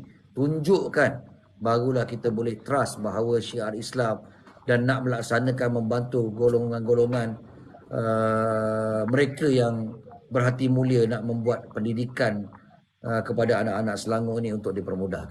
Itu komen kedua lah untuk SIP, Sekolah Islam Persendirian. Dan yang ketiga tadi betul macam mana Tuan Nurul Islam, sesuai dengan namanya Nurul Islam, cahaya Islam, tentang isu kalimah Allah ni. Ya, Sultan Selangor pun dia orang langgar, dan memang sejarah untuk golongan-golongan anak Papa Non ni melanggar Sultan dan institusi Sultan, sehingga gelaran Datuk Seri dan darjah kebesaran pun ditarik. Itu memang ada statement, ada keratan akhbarnya. Mereka langgar dengan begitu berleluasa. Kita Sultan daripada dululah PAS yang merupakan komponen Perikatan Nasional yang betul-betul menjunjung titah. Kan? Pakatan Rakyat dulu. Ya. Bahkan di zaman Mahathir dahulu, tahun 80-an, yang membuat roadshow untuk mengurangkan kuasa raja dengan roadshow yang dipanggil Semarak. PAS masih lagi mempertahankan raja-raja dan sultan-sultan sebagai satu institusi. Yang baru-baru ini 22 bulan kerajaan PH ni, baru rakyat semakin nampak dan sedar inilah salah satu tembok akhir untuk mempertahankan Islam di peringkat perundangan bila adanya institusi raja ni. Itu sebab Tok Guru Presiden pun dia kata institusi raja ni walaupun boleh terus-menerus usaha dakwah perlu dijalankan, tetapi jangan lupa dia ni masuk ke tanah Melayu, ke Malaysia seperti mana ulama masuk. Raja-raja masuk ni macam ulama-ulama masuk, mengislamkan seluruh negeri, seluruh pengikut di bawahnya. Jasanya untuk mempertahankan Islam yang masuk ke dalam perlembagaan tu besar. Yang kita terbukti dapat mempertahankan Islam ketika mana kemelut Islam nak dihina pada 22 bulan ketika mana PH memerintah dahulu. Jadi saya tak heran lah golongan liberal Papa Non ni, kerajaan mahal dah ni, tak respect pun pada isu kalimah Allah. Dia langgar je. Tetapi kita boleh sahkan lah bahawa billboard yang betul syiar Islam baik di Gombak, baik di Tanjung Karang yang kononnya nak Sembang saja. memberi hati orang yang semakin cenderung kepada Islam ni, sembang sahaja bak kata Nurul Islam. Ya. Wallahu alam. Pitching lari pula. Okey. So, Nurul Islam ada nak tambah soalan ataupun nak saya tambah soalan? Teruskan Papa Berry. Okey, so sekarang ni Ustaz Dr. Zamri. Kalau kita perhatikan kan, kalau kita tengok dekat komen-komen dekat bawah ini, secara asasnya ramai yang duk nampak memprovokasi. Kita faham anak papa ini dia tak bijak.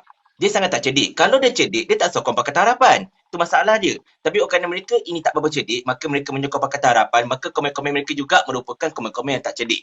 Tapi tak apalah, kita abaikan itu. Cuma ada beberapa perkara yang saya menarik perhatian saya lah. Nombor satunya, mereka selalu mengatakan bahawa orang-orang PAS, orang Perikatan Nasional ini kan, taklah, jangan pegang Selangor. Jangan pegang Selangor. Kan? Kita tak boleh benarkan PN pegang Selangor kerana mereka akan mengkelantankan Selangor. Mereka akan menyebabkan Selangor mundur macam Kelantan. Mereka akan buat Selangor ini macam Taliban dan sebagainya. Ini komen-komen yang kita nampak anak-anak papa selalu cerita lah. Anak papa yang tak ada pendidikan tinggi, yang otak saya rasa mungkin tertinggal dekat jamban masing-masing masalah yang papa ni kan. Dan kalau kita perhatikan juga Nurul Islam, ni komen ni viewers yang naik balik. Tadi selepas saya jerkah tadi, viewers turun tau. Mungkin sebab Jekon takut saya jerkah, dia turun kejap. Sekarang dia naik balik lah bila kita cakap ni kan. Itu kisahnya. Jadi, kepada Ustaz Zamri, kita nak tanyakan satu soalan paling mudah.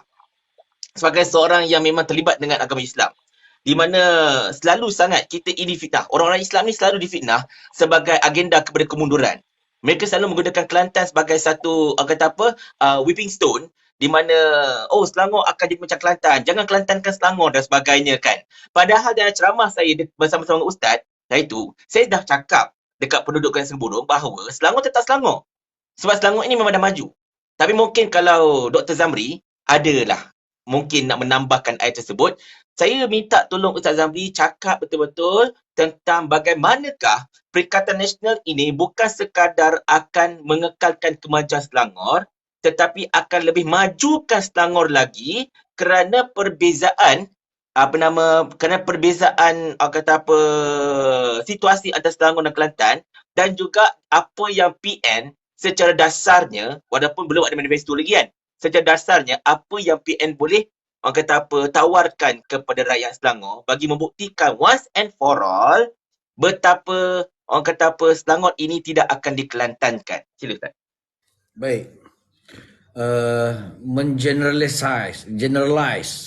Mengeneralkan, mengumumkan sesuatu benda tu untuk kononnya menghodohkan wajah ni adalah satu strategi yang jelek lah, yang tak berapa cerdik lah. Tahu tak? Jadi kita kena tengok lebih objektif, lebih satu persatu, lebih pada fakta, bukan sekadar label. Ini kadang-kadang Papa Non punya geng ni dia suka main sebut je data tak ada, fakta tak ada. Laut. Mengarut. Dan bila dia sebut dan fitnah tu, dia suruh kita pula buktikan. Kalau tak jawab, kau tak betul. Apa benda? Patutnya kamu yang nak menuduh tu yang datangkan bukti. Betul. Jadi kita nak cerita ni semua ada number, semua ada data, semua ada sandaran, semua ada keratan akhbar. Sembang kalau sekadar nak sakitkan hati orang, menghasut, mengata-ngata ni dah zaman ketinggalan zaman lah. Jadi kita kata Selangor tetap Selangor, bukan kita nak mengkelantankan, tetapi apa yang positif di Kelantan itu yang tidak ada di Selangor kita boleh absorb. Tu bahasa pendeknya. So apa yang ada di Kelantan yang bagus yang boleh diamalkan di Selangor, antaranya adalah gelombang kasih sayang dan perpaduan. Betul. Ini lain macam. Saya tengok sendiri bagaimana bangsa selain Melayu Islam ni, Cina baik, India baik, dari sudut bahasa mereka duduk Tanjung Karang asal lama dah, puluh tahun dah, tapi dia nak faham orang Melayu cakap, berkerut dia punya dahi ni.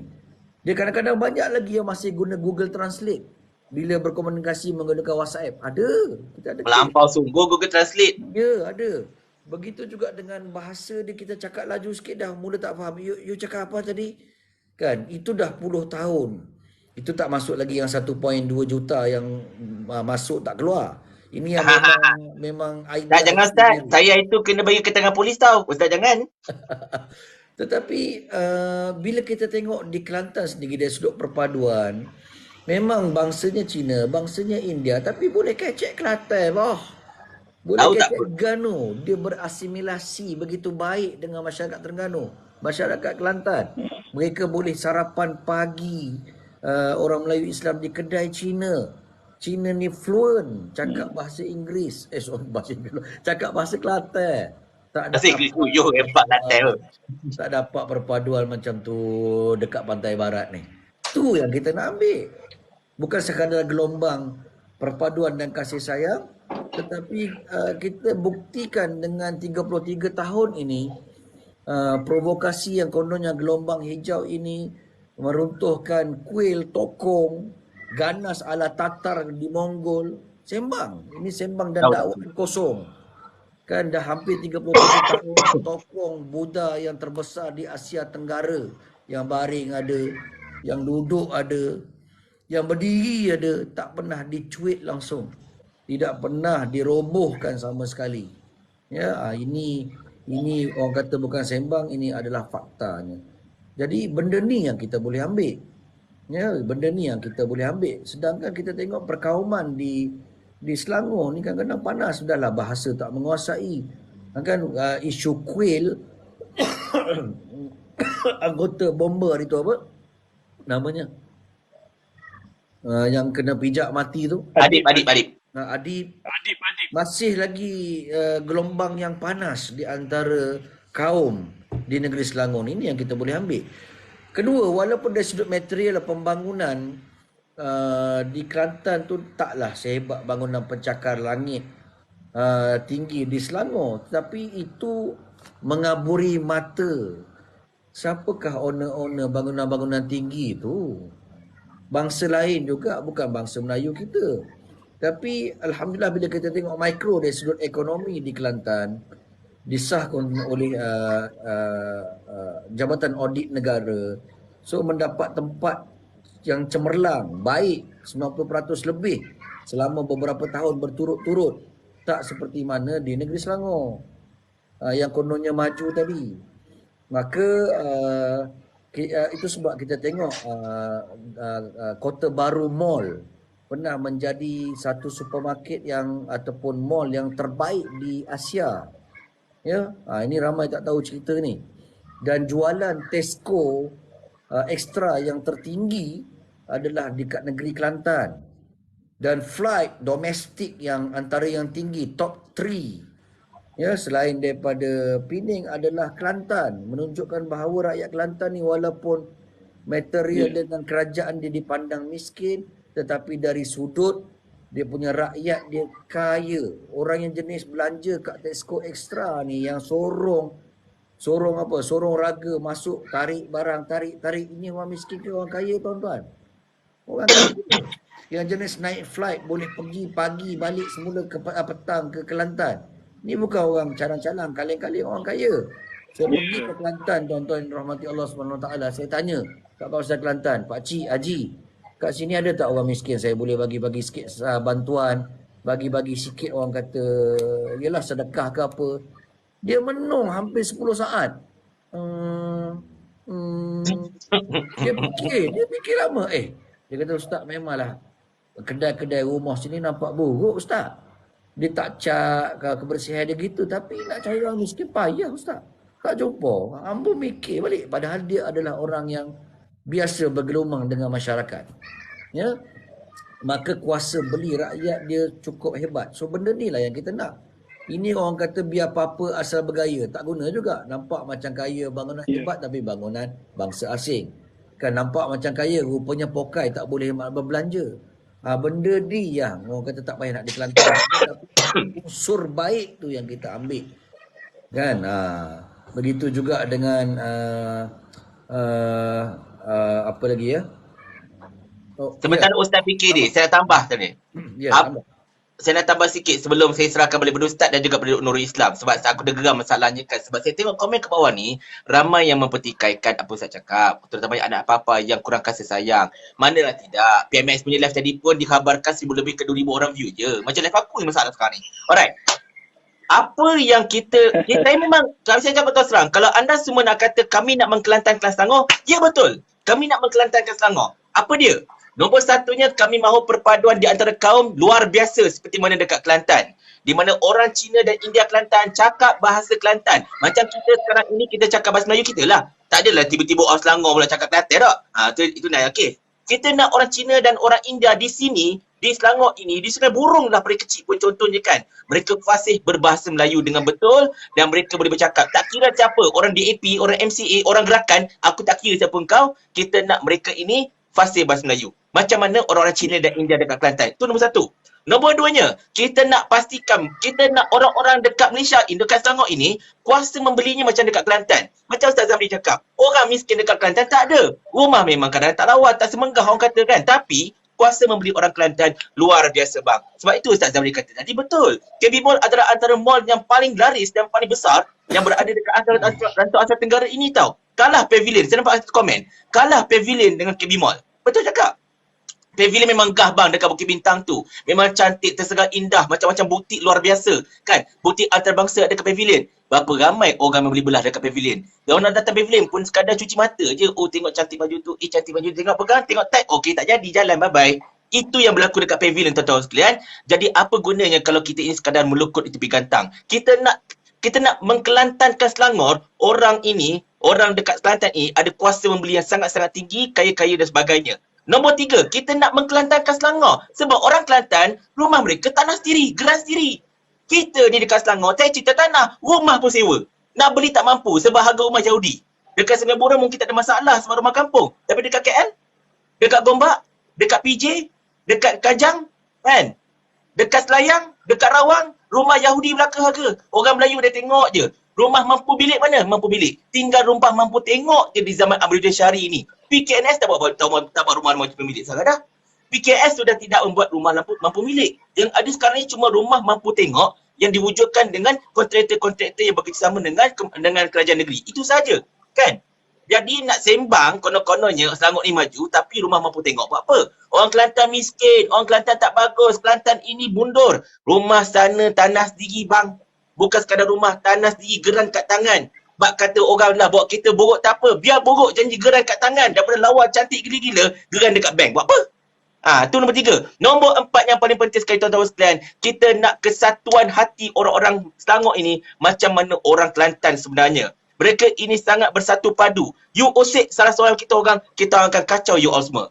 Itu yang tidak ada dekat orang Selangor. Orang Selangor nafsi-nafsi. Aku orang Selangor. Lahir dekat PJ. Membesar dekat Keramat. Sekarang duduk Gombak. Lagi satu rumah dekat Banting. I am born and bred Selangorian. Bukan macam korang anak papa. Yang komen banyak yang sembang-sembang lebih ni, bukan orang Selangor pun.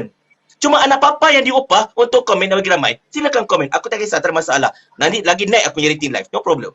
Tetapi tuan-tuan sekalian, yang paling penting sekali, kita mahu Kelantan ini seperti, kita mahu Selangor menjadi seperti Kelantan, benar-benar mengutamakan syiar Islam, dalam masa yang sama juga mengekalkan kemajuan fizikal dan juga material negeri ini.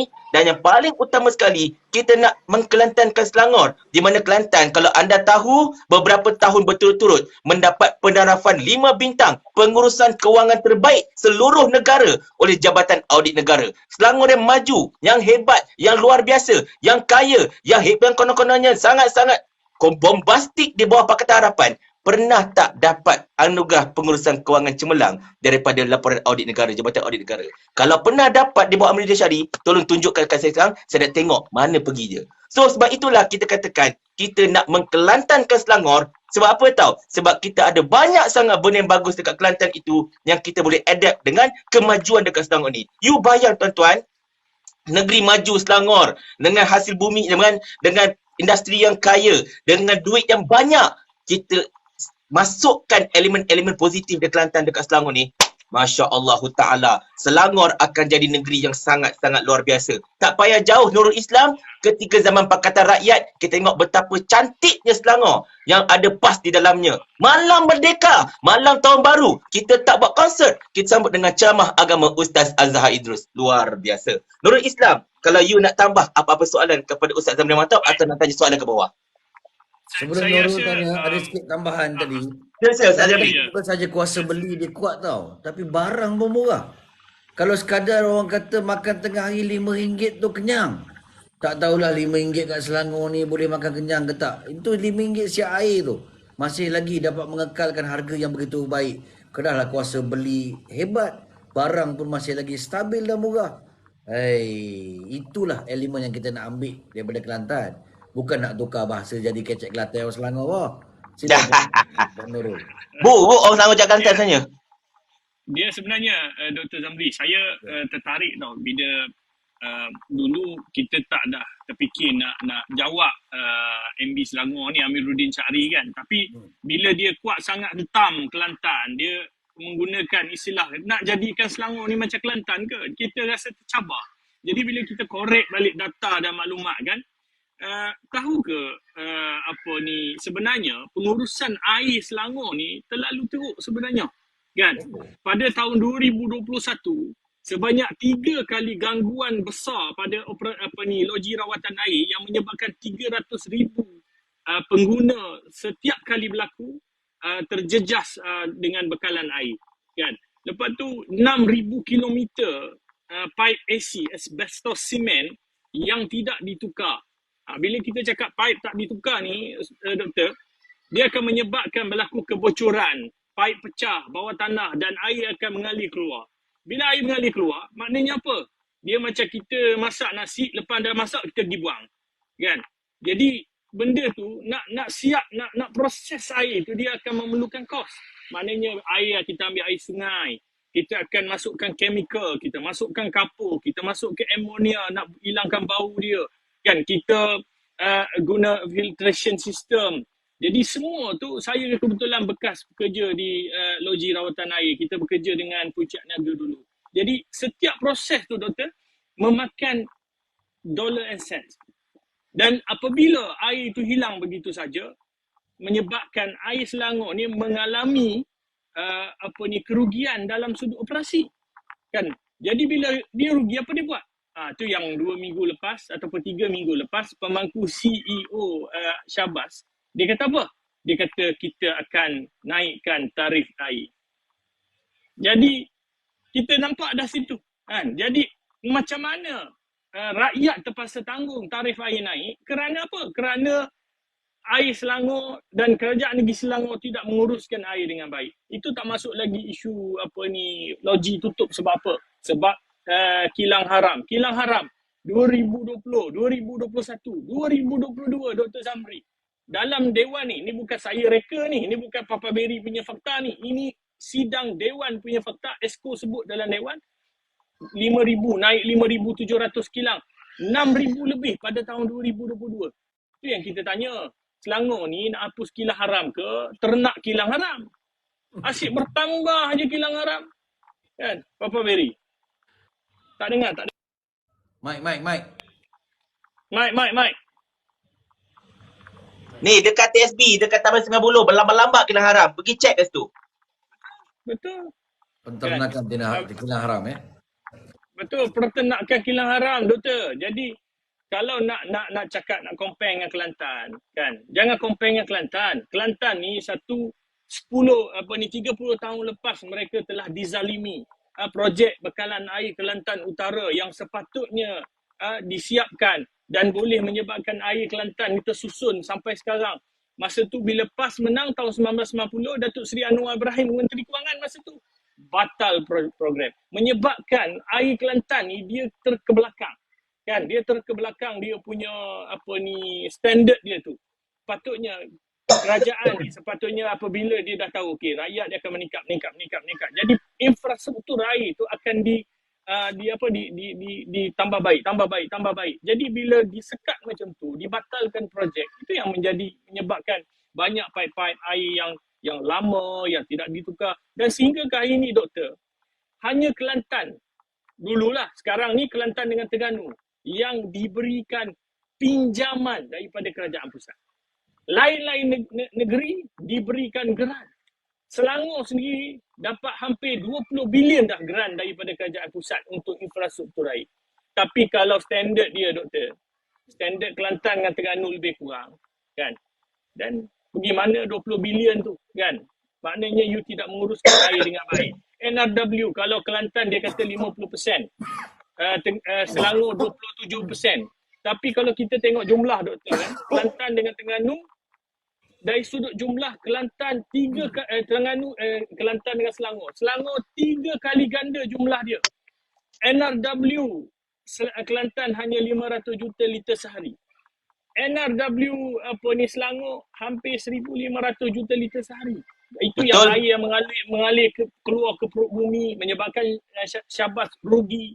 Jadi benda-benda ni doktor, rakyat kena tahu supaya rakyat faham bahawa pentadbiran yang ada pada hari ini tidak mentadbir negeri dengan baik untuk rakyat Selangor. Silakan Pak Beri. Nurul Islam nak tambah sikit je kan. Amiruddin nak cari ahli parlimen mana? Gombak kan? Okey, dia dulu ada dekat mana sebelum dia pergi ke Sungai, dia Sungai Tua kan? Sungai Tua. Ya. Okey, mana Sungai Tua Batu Cape dia sebelah menjebelah betul tak?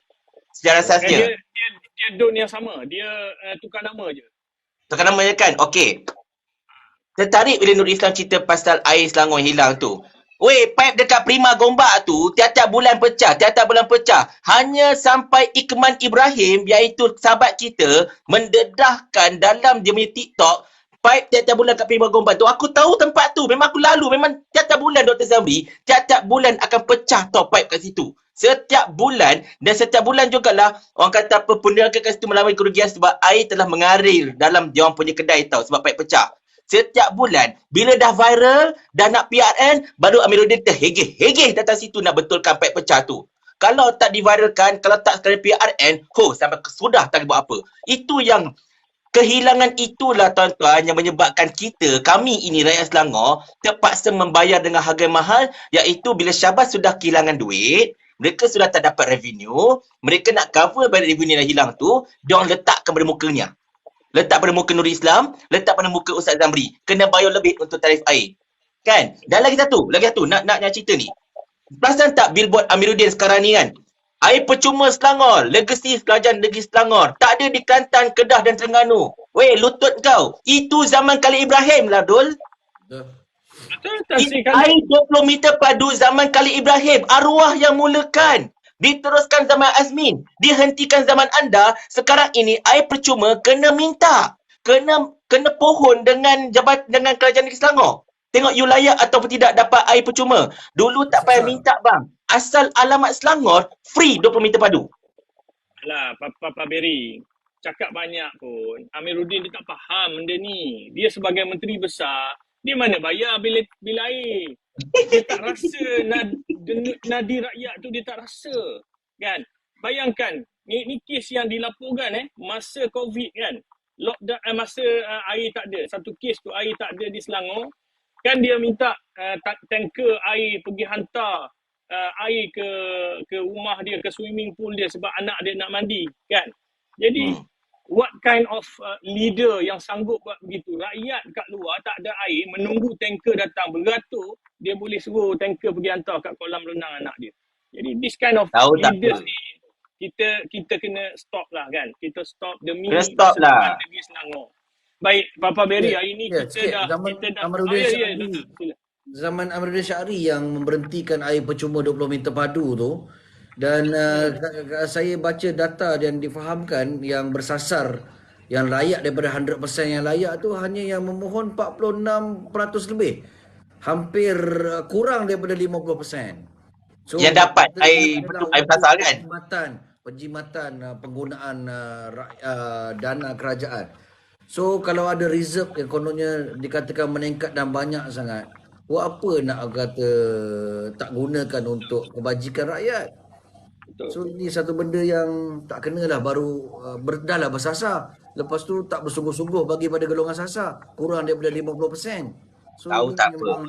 Itu ke kau nak bangga sangat air percuma kat Selangor? Tak ada makna je kau. Kalau zaman Khalil Ibrahim, beliau layak kata air percuma negeri Selangor sebab memang beliau telah memulakan. Kalau zaman Azmin, layak air Selangor percuma sebab beliau meneruskan. Amiruddin tak. Dia tak teruskan. Bahkan itulah macam Ustaz Zamri kata. Ya. Kita kena apa ni, tribute kepada Tan Sri Khalid lah. Banyak jasa beliau ketika beliau menjadi menteri besar bersama dengan kerajaan pada masa itu, PAS bahagian kerajaan, dan banyak program-program. Saya rasa masa tu beliau lah yang menjenamakan semula kerajaan negeri Selangor sebagai kerajaan berkebajikan masa tu. Betul. Betul. Dan saya nak jawab Mama Fikri ni Nurul kejap Mama Fikri tu ada minta maaf, ambil masa sikit. Dia kata bersasar sebab nak channelkan subsidi itu kepada bas percuma. Bas percuma pun bukan zaman Amruddin mulakan, zaman Azmin. Azmin yang kenalkan bas Mat Selangor tu, yang merayap percuma tu. Bukan Amiruddin. Amiruddin tak perkenalkan apa-apa benda baru pun tuan-tuan.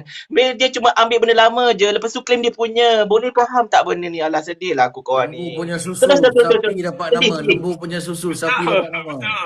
Betul tu Ustaz. Aduh. Baik, okey. Papa Berry, kita dah 12.40 ni. Sedap borak macam tadi. Itulah. Doktor, sebenarnya dalam siri cerita pilihan raya negeri kita ni yang kita buat setiap hari dengan calon yang berbeza, tonight the highest viewers sebenarnya. Kan? Satu point tadi dah cecah 1.6 ribu kan? 1,600 viewers.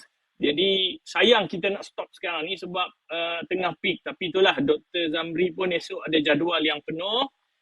Kita kena terpaksa conclude. Kena hormat lah, kena faham lah. Kita nak tengok soalan. Teruskan pun tak apa. You all teruskan lah. Aku tidur lah kejap.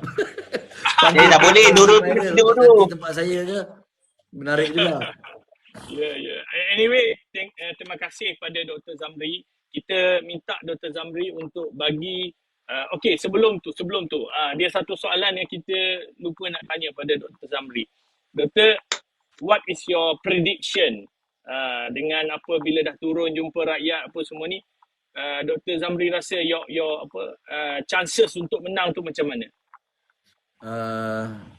InsyaAllah lah saya mengalami 1-2 kejutan yang unsangkerable lah.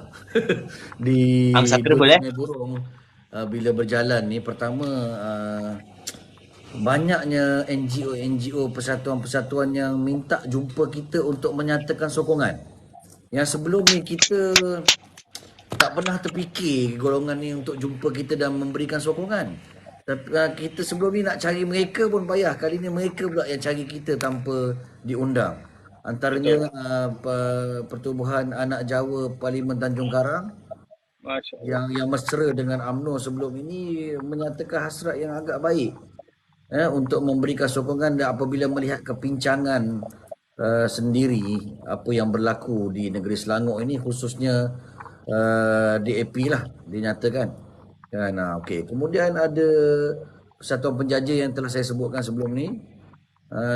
Juga yang mesra UMNO, tetapi mereka sedar UMNO sekarang ini sudah beralih arah dan mengikut telunjuk K-pop dan mengikut telunjuk K-pop pihak-pihak tertentu. Ini yang kita merisaukan. Dia pun berjumpa dengan kita menyatakan hasrat untuk memberikan sokongan, dan anak muda yang berani secara terang-terangan, Persatuan Bola Sepak kan, takraw yang lepas ni ada pula nak launching motor yang sebelum ni kita struggle pada PRU 14 untuk cari golongan ni, tapi mereka ni kali ni mendedah diri, WhatsApp, telefon, termasuklah golongan India yang sebelum ni kita tak pernah jumpa pun. Memang ada memberikan lebih kurang 17% undian, tetapi kali ini mereka minta bendera, minta peruntukan, minta turun kat tempat mereka. Dan kali pertama saya masuk ke kuil Maramiam dekat Pari 4. Dikalungkan dengan bunga apa? Dipanggil bunga apa tu? Bunga melo. Bunga manggar bukan? Bunga apa ya? Yang pastinya bukan bunga tayar lah. Bunga malai itulah, bunga tayar itulah. Dan bunga tayar. Diberikan pula selendang untuk dipakaikan. Dan masyarakat India di Pari 4 di Don Sungai Buruk ni memberikan tepukan bila menyebut Perikatan Nasional hasil daripada Cikgu Patiban daripada MIC yang masih ada MIC memberi sokongan kepada kelab penyokong Perikatan Nasional, khususnya kepada zon utara di Keluar Selangor, Tanjung Karang, Sungai Besar dan Sabak Penang untuk memberikan sokongan masyarakat India kepada Perikatan Nasional. Saya nak tambah sikit, Doktor. Treatment yang masyarakat India bagi kepada ustaz tu dengan kalungan bunga malai, kalungan kain tu, Ya. itu adalah satu kalungan ataupun satu treatment yang penuh rasa hormat pada doktor sebenarnya. Oh, ya. Jadi Betul. saya rasa golongan masyarakat India di Sungai Burung ni mengharapkan doktor untuk membuat sesuatu untuk demi mereka. Jadi saya rasa ini satu kalau boleh gambar-gambar doktor tu disebarkan secara meluas supaya masyarakat ataupun pengundi-pengundi India yang lain ni boleh nampak penghormatan kumpulan ataupun persatuan India ni terhadap doktor. Ya. Take note. Terima kasih atas observation dan ataupun mulahazat yang diberikan tadi. Saya akan perbanyakkan lagi. Dah ada juga masuk, tapi kita akan perbanyakkan lagi gambar-gambar tu. Saya tak sangka bahawa Bunga Malai itu adalah penghargaan yang besar dan penghargaan yang tinggi. Itu besar. Kita jadi, terima kasih Nurul Islam. Baik. Okey, Nurul Islam, kata-kata last sebelum saya menutup, silakan.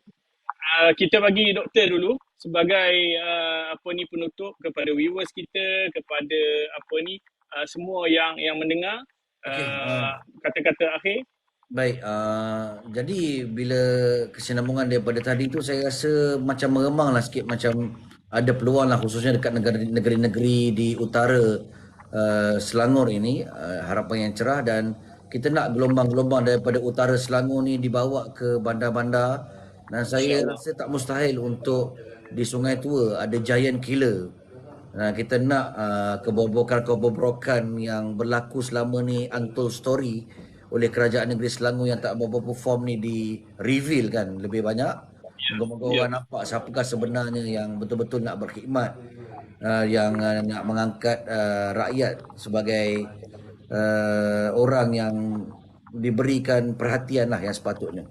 Okey, jadi saya merayu, dan tuan-tuan pun tahu mungkin berita kematian ayahanda saya pada Jumaat yang lalu, kesedihan sehari sebelum penamaan calon. Meninggalnya pun juga pada hari Jumaat 10 Muharram, bulan yang baik. Saya sebagai anak sulung yang dekat, paling dekat di kalangan adik-beradik yang duduk di Tanjung Karang ni dengan beliau almarhum, terasa kehilangan. Moga-moga kesedihan itu digantikan dengan kegembiraan. Dan kegembiraan itu pastinya dengan bantuan dan sokongan tuan-tuan DN08 untuk mengundi pada 12 hari bulan Ogos nanti calon Perikatan Nasional nombor 1. Nombor 1 dan macam ni. Angkat tangan. Pada komen tadi angkat tangan lawan Ali Ibrahim. Okey, angkat tangan. Okey, Nurul Islam, your last word before kita wrap, insyaAllah. Terima kasih Dr. Zamri kerana sudi bersama dengan kita pada malam ini. InsyaAllah kita akan teruskan kita punya cerita PRN 2023 esok dan juga seterusnya, dan kita harap InsyaAllah pada hari mengundi nanti kita akan buat live streaming Papa Berry sementara menanti keputusan. Masa tu kita InsyaAllah kita harapkan sepanjang malam. Sepanjang malam insyaAllah. Dun Sungai Burung kemenangan kepada Perikatan Nasional, dan juga insyaAllah kerajaan baru Perikatan Nasional Negeri Selangor akan terbentuk pada malam itu insyaAllah. Amin. Terima kasih semua pendengar. Kita jumpa besok. Silakan Papa Berry. Okey, Alhamdulillah. Terima kasih Dr. Zamri, mantap. Memang sentiasa mantap lah, jangan risau. Dah banyak kali cakap benda sama pun mantap sangat-sangat. Masa ceramah pun konsisten, masa kita live bersama itu pun konsisten, dan malam ini bertambah-tambah lagi konsisten je. Okey, sedikit penambahan sebelum kita nak wrap. Nombor satunya, bak kata Ustaz Zamri tadi, kita dapat kejutan yang unsangkerable. Saya juga mendapat kejutan yang unsangkerable siang tadi, di mana siang tadi saya pergi ke Putrajaya, setepatnya ke PJS 6 untuk menyerahkan kembali bagasi Kak Syamah, iaitu Ketua Penerangan PAS PJ yang tertinggal dekat saya punya office itu. Sebab itu kan kita podcast dengan Ustaz Zubir kan. Tapi rupa-rupanya saya kebetulan datang ketika itu pertemuan antara UMNO PJS dengan Perikatan Nasional, sebab dia orang ceramah tadi kat situ dekat PJS Sementari, di mana Ketua Cawangan UMNO PJS di situ yang juga mantan calon Seri Setia iaitu Datuk Halim menyatakan sokongan penuh kepada Perikatan Nasional, dan UMNO di situ memang beriltizam nak committed untuk pastikan undi anak-anak muda UMNO di situ pergi ke Perikatan Nasional. Ramai gila tadi pun saya live juga, tapi bukan kawan saya, live orang lain. Dan saya diberi peluang untuk bercakap juga. Tiba-tiba aku datang tak ada kena-mengena, kena bercakap. Itu masalah dia. Tapi tak apa, no problem. Kita bercakap je. Kan? Dan memang sangat-sangat best pada ketika itu. Dato' Halim ni pula memang kenal saya. Sebab dia selalu makan cakap saya masa saya berniaga kat situ dulu. Kan? Bila je nampak kan, "Weh, Pak Is, apa cerita dah lama tak nampak kau?" Dah lama tak nampak, borak panjang dah. Tengok-tengok dia kata, "Siap pakai baju Perikatan Nasional. Halim, ambil kau. Memang luar biasa. UMNO PJS memang insyaAllah akan kalih ke Perikatan Nasional. No problem at all dekat sana." Alright. Yang keduanya, orang kata apa, Allahumma salli ala sayyidina Muhammad. Kita juga, itulah kita dah mengucapkan terima kasih pada Ustaz Zamri Mantap. Dan memang sangat-sangat mantap lah walaupun beliau mengalami musibah yang bapak besar. Kan, kehilangan orang tua tak pernah mudah tuan-tuan. Saya 2 bulan jadi meracau jak sebab hilang mak saya. Saya tahu apa perasaan dia kan. Tapi itulah demi untuk perjuangan, beliau tetap bersama-sama dengan kita, tetap bersama-sama kempen. Bahkan ketika beliau berceramah dengan saya dekat Sungai Burung beberapa hari lepas, minggu lepas kan kita berceramah, masa itu pun masih sangat-sangat baru. Baru berapa hari je ayah Ustaz Zamri meninggal kan. Jadi masa itu memang orang kata apa? Bukan. Masa itu Ustaz Zamri tengah koma lagi. Ya, koma. Tengah nazak masa tu. Tengah nazak tuan-tuan, Ustaz Zamri tetap datang berikan komitmen untuk berceramah dan 2 hari lepas tu kalau tak salah saya, ayah Ustaz Zamri meninggal. Kalau tak salah saya lah. Betul. Kan, masa itu memang satu pengorbanan yang sangat-sangat besar. Tapi inilah insyaAllah Ustaz Zamri, saya yakin. Dengan segala pengorbanan Ustaz, insyaAllah tawassulnya ada kat situ. Ustaz Zamri bakal diberikan kemenangan dekat Sungai Burung. Seterusnya dapat menterjemahkan apa yang Ustaz Zamri visionkan kepada Sungai Burung secara khususnya dan juga Tanjung Karang secara amnya. InsyaAllah kemenangan akan menjadi milik Ustaz Zamri dan juga kepada Perikatan Nasional di seluruh kawasan Tanjung Karang dan juga di seluruh negeri Selangor mudah-mudahan. Jadi tuan-tuan sekalian, kita akan teruskan kita punya agenda untuk TikTok live bersama-sama dengan bakal-bakal calon. InsyaAllah pada malam besok, kita akan bersama-sama dengan calon di Dun Semenyih, iaitu Al-Fadhil Ustaz Nushi Mahfuz. Nushi itu sebutan betul, kalau korang semua Nushi lah kan, susah nak sebut kan, Nushi kan. Dia Nun Sin Wasul Haya kan, Nushi. Jadi basically-nya kita akan jumpa dengan Ustaz Nushi besok. Dan kemudian kita juga pada 7 hari bulan, ini confirm kita akan bersama-sama dengan calon daripada Jitera bang, bukan main-main, iaitu Profesor Dr. Haim Hilman. Kita akan bersama-sama dengan beliau pada Allahumma salli ala Muhammad 7 hari bulan nanti insyaAllah. Profesor Dr. Haim Hilman, iaitu mantan Naib Chancellor UUM yang begitu viral satu ketika dahulu kerana perkhidmatan beliau ditamatkan begitu saja oleh kerajaan Madanon ini atas sebab-sebab yang whatsoever. Tengok-tengok Naib Chancellor dia pun yang sekarang ini duk diam je bila pelajar-pelajar UUM terpaksa exam ketika orang kata apa hendak PRN. Allahu Akbar. Kita malah komen pasal banyak tu lah. Korang tengoklah video aku buat video pasal tu masalahnya. Dan yang paling terakhir sekali tuan-tuan dan sekalian, last but not least, kita pastikan juga kita mengkelantankan Selangor. Seperti mana yang saya sebutkan tadi, ada 5 perkara kita kena nak kelantankan Selangor dan insya-Allah satu hari nanti kita mungkin akan berupaya untuk menselangorkan Kelantan bila kita dapat mentadbir negara ini melalui pemerintahan Perikatan Nasional pada masa-masa yang terdekat ini insya-Allah. Akhirul kalam, mewakili Nur Islam, mewakili Ustaz Zamri dan juga Wabi Viral yang tak dapat bersama-sama kita, dia kirim salam, dia tak dapat bersama kita kerana kesibukan di tempat lain. Kami memohon segala kemaafan, 10 jari disusun untuk memohon maaf. Sekiranya kalau ada kekurangan dari pihak kami juga manusia biasa, kok kalau ada terkasar bahasa ke, tergurau lebih ke. Tapi kepada anak papa, saya tak nak minta ampun sebab korang memang patut pun dapat kena hentam macam tu. Pergi lantak kat korang kat situ kan. Orang lain saya minta maaf. Anak papa sorry. Lantak kau kat situ. Baik. Jadi apa-apa pun tuan-tuan sekalian. Apa dia? Tak ada apa, go on. Ada tanya live pukul berapa? Live pukul berapa? Okey. Kita akan live dengan Ustaz Nushi insya-Allah pukul 11 malam besok. Dan dengan Profesor Haim ini saya kena double check balik. Tak salah saya pukul 6. Tapi 6 petang Tapi kita akan maklumkan poster-poster akan keluar. Nurul Islam buat poster lawa gila. Lagi lawa banding aku buat. So, aku silakan buat poster kat dia lah. Tu kisah dia. Jadi tuan-tuan Boston, kita jumpa lagi pada masa-masa yang akan datang. Saya sayang anda semua. InsyaAllah kita pastikan Selangor baru. Kita bangkit. Ya, Assalamualaikum warahmatullahi wabarakatuh. Kita tutup live kita dengan bacaan tasbih kifarah dan surah As. Subhanakallahumma wa bihamdika asyhadu an la ilaha illa anta astaghfiruka. Okay, jumpa lagi. Okay, bye-bye semua. Assalamualaikum. I love you all. Angkat tangan. Kalau kita nak lawan Anwar Ibrahim. Angkat tangan semua. Chat. Angkat tangan. Ruangan chat. Angkat tangan semua. Kita lawan Anwar Ibrahim.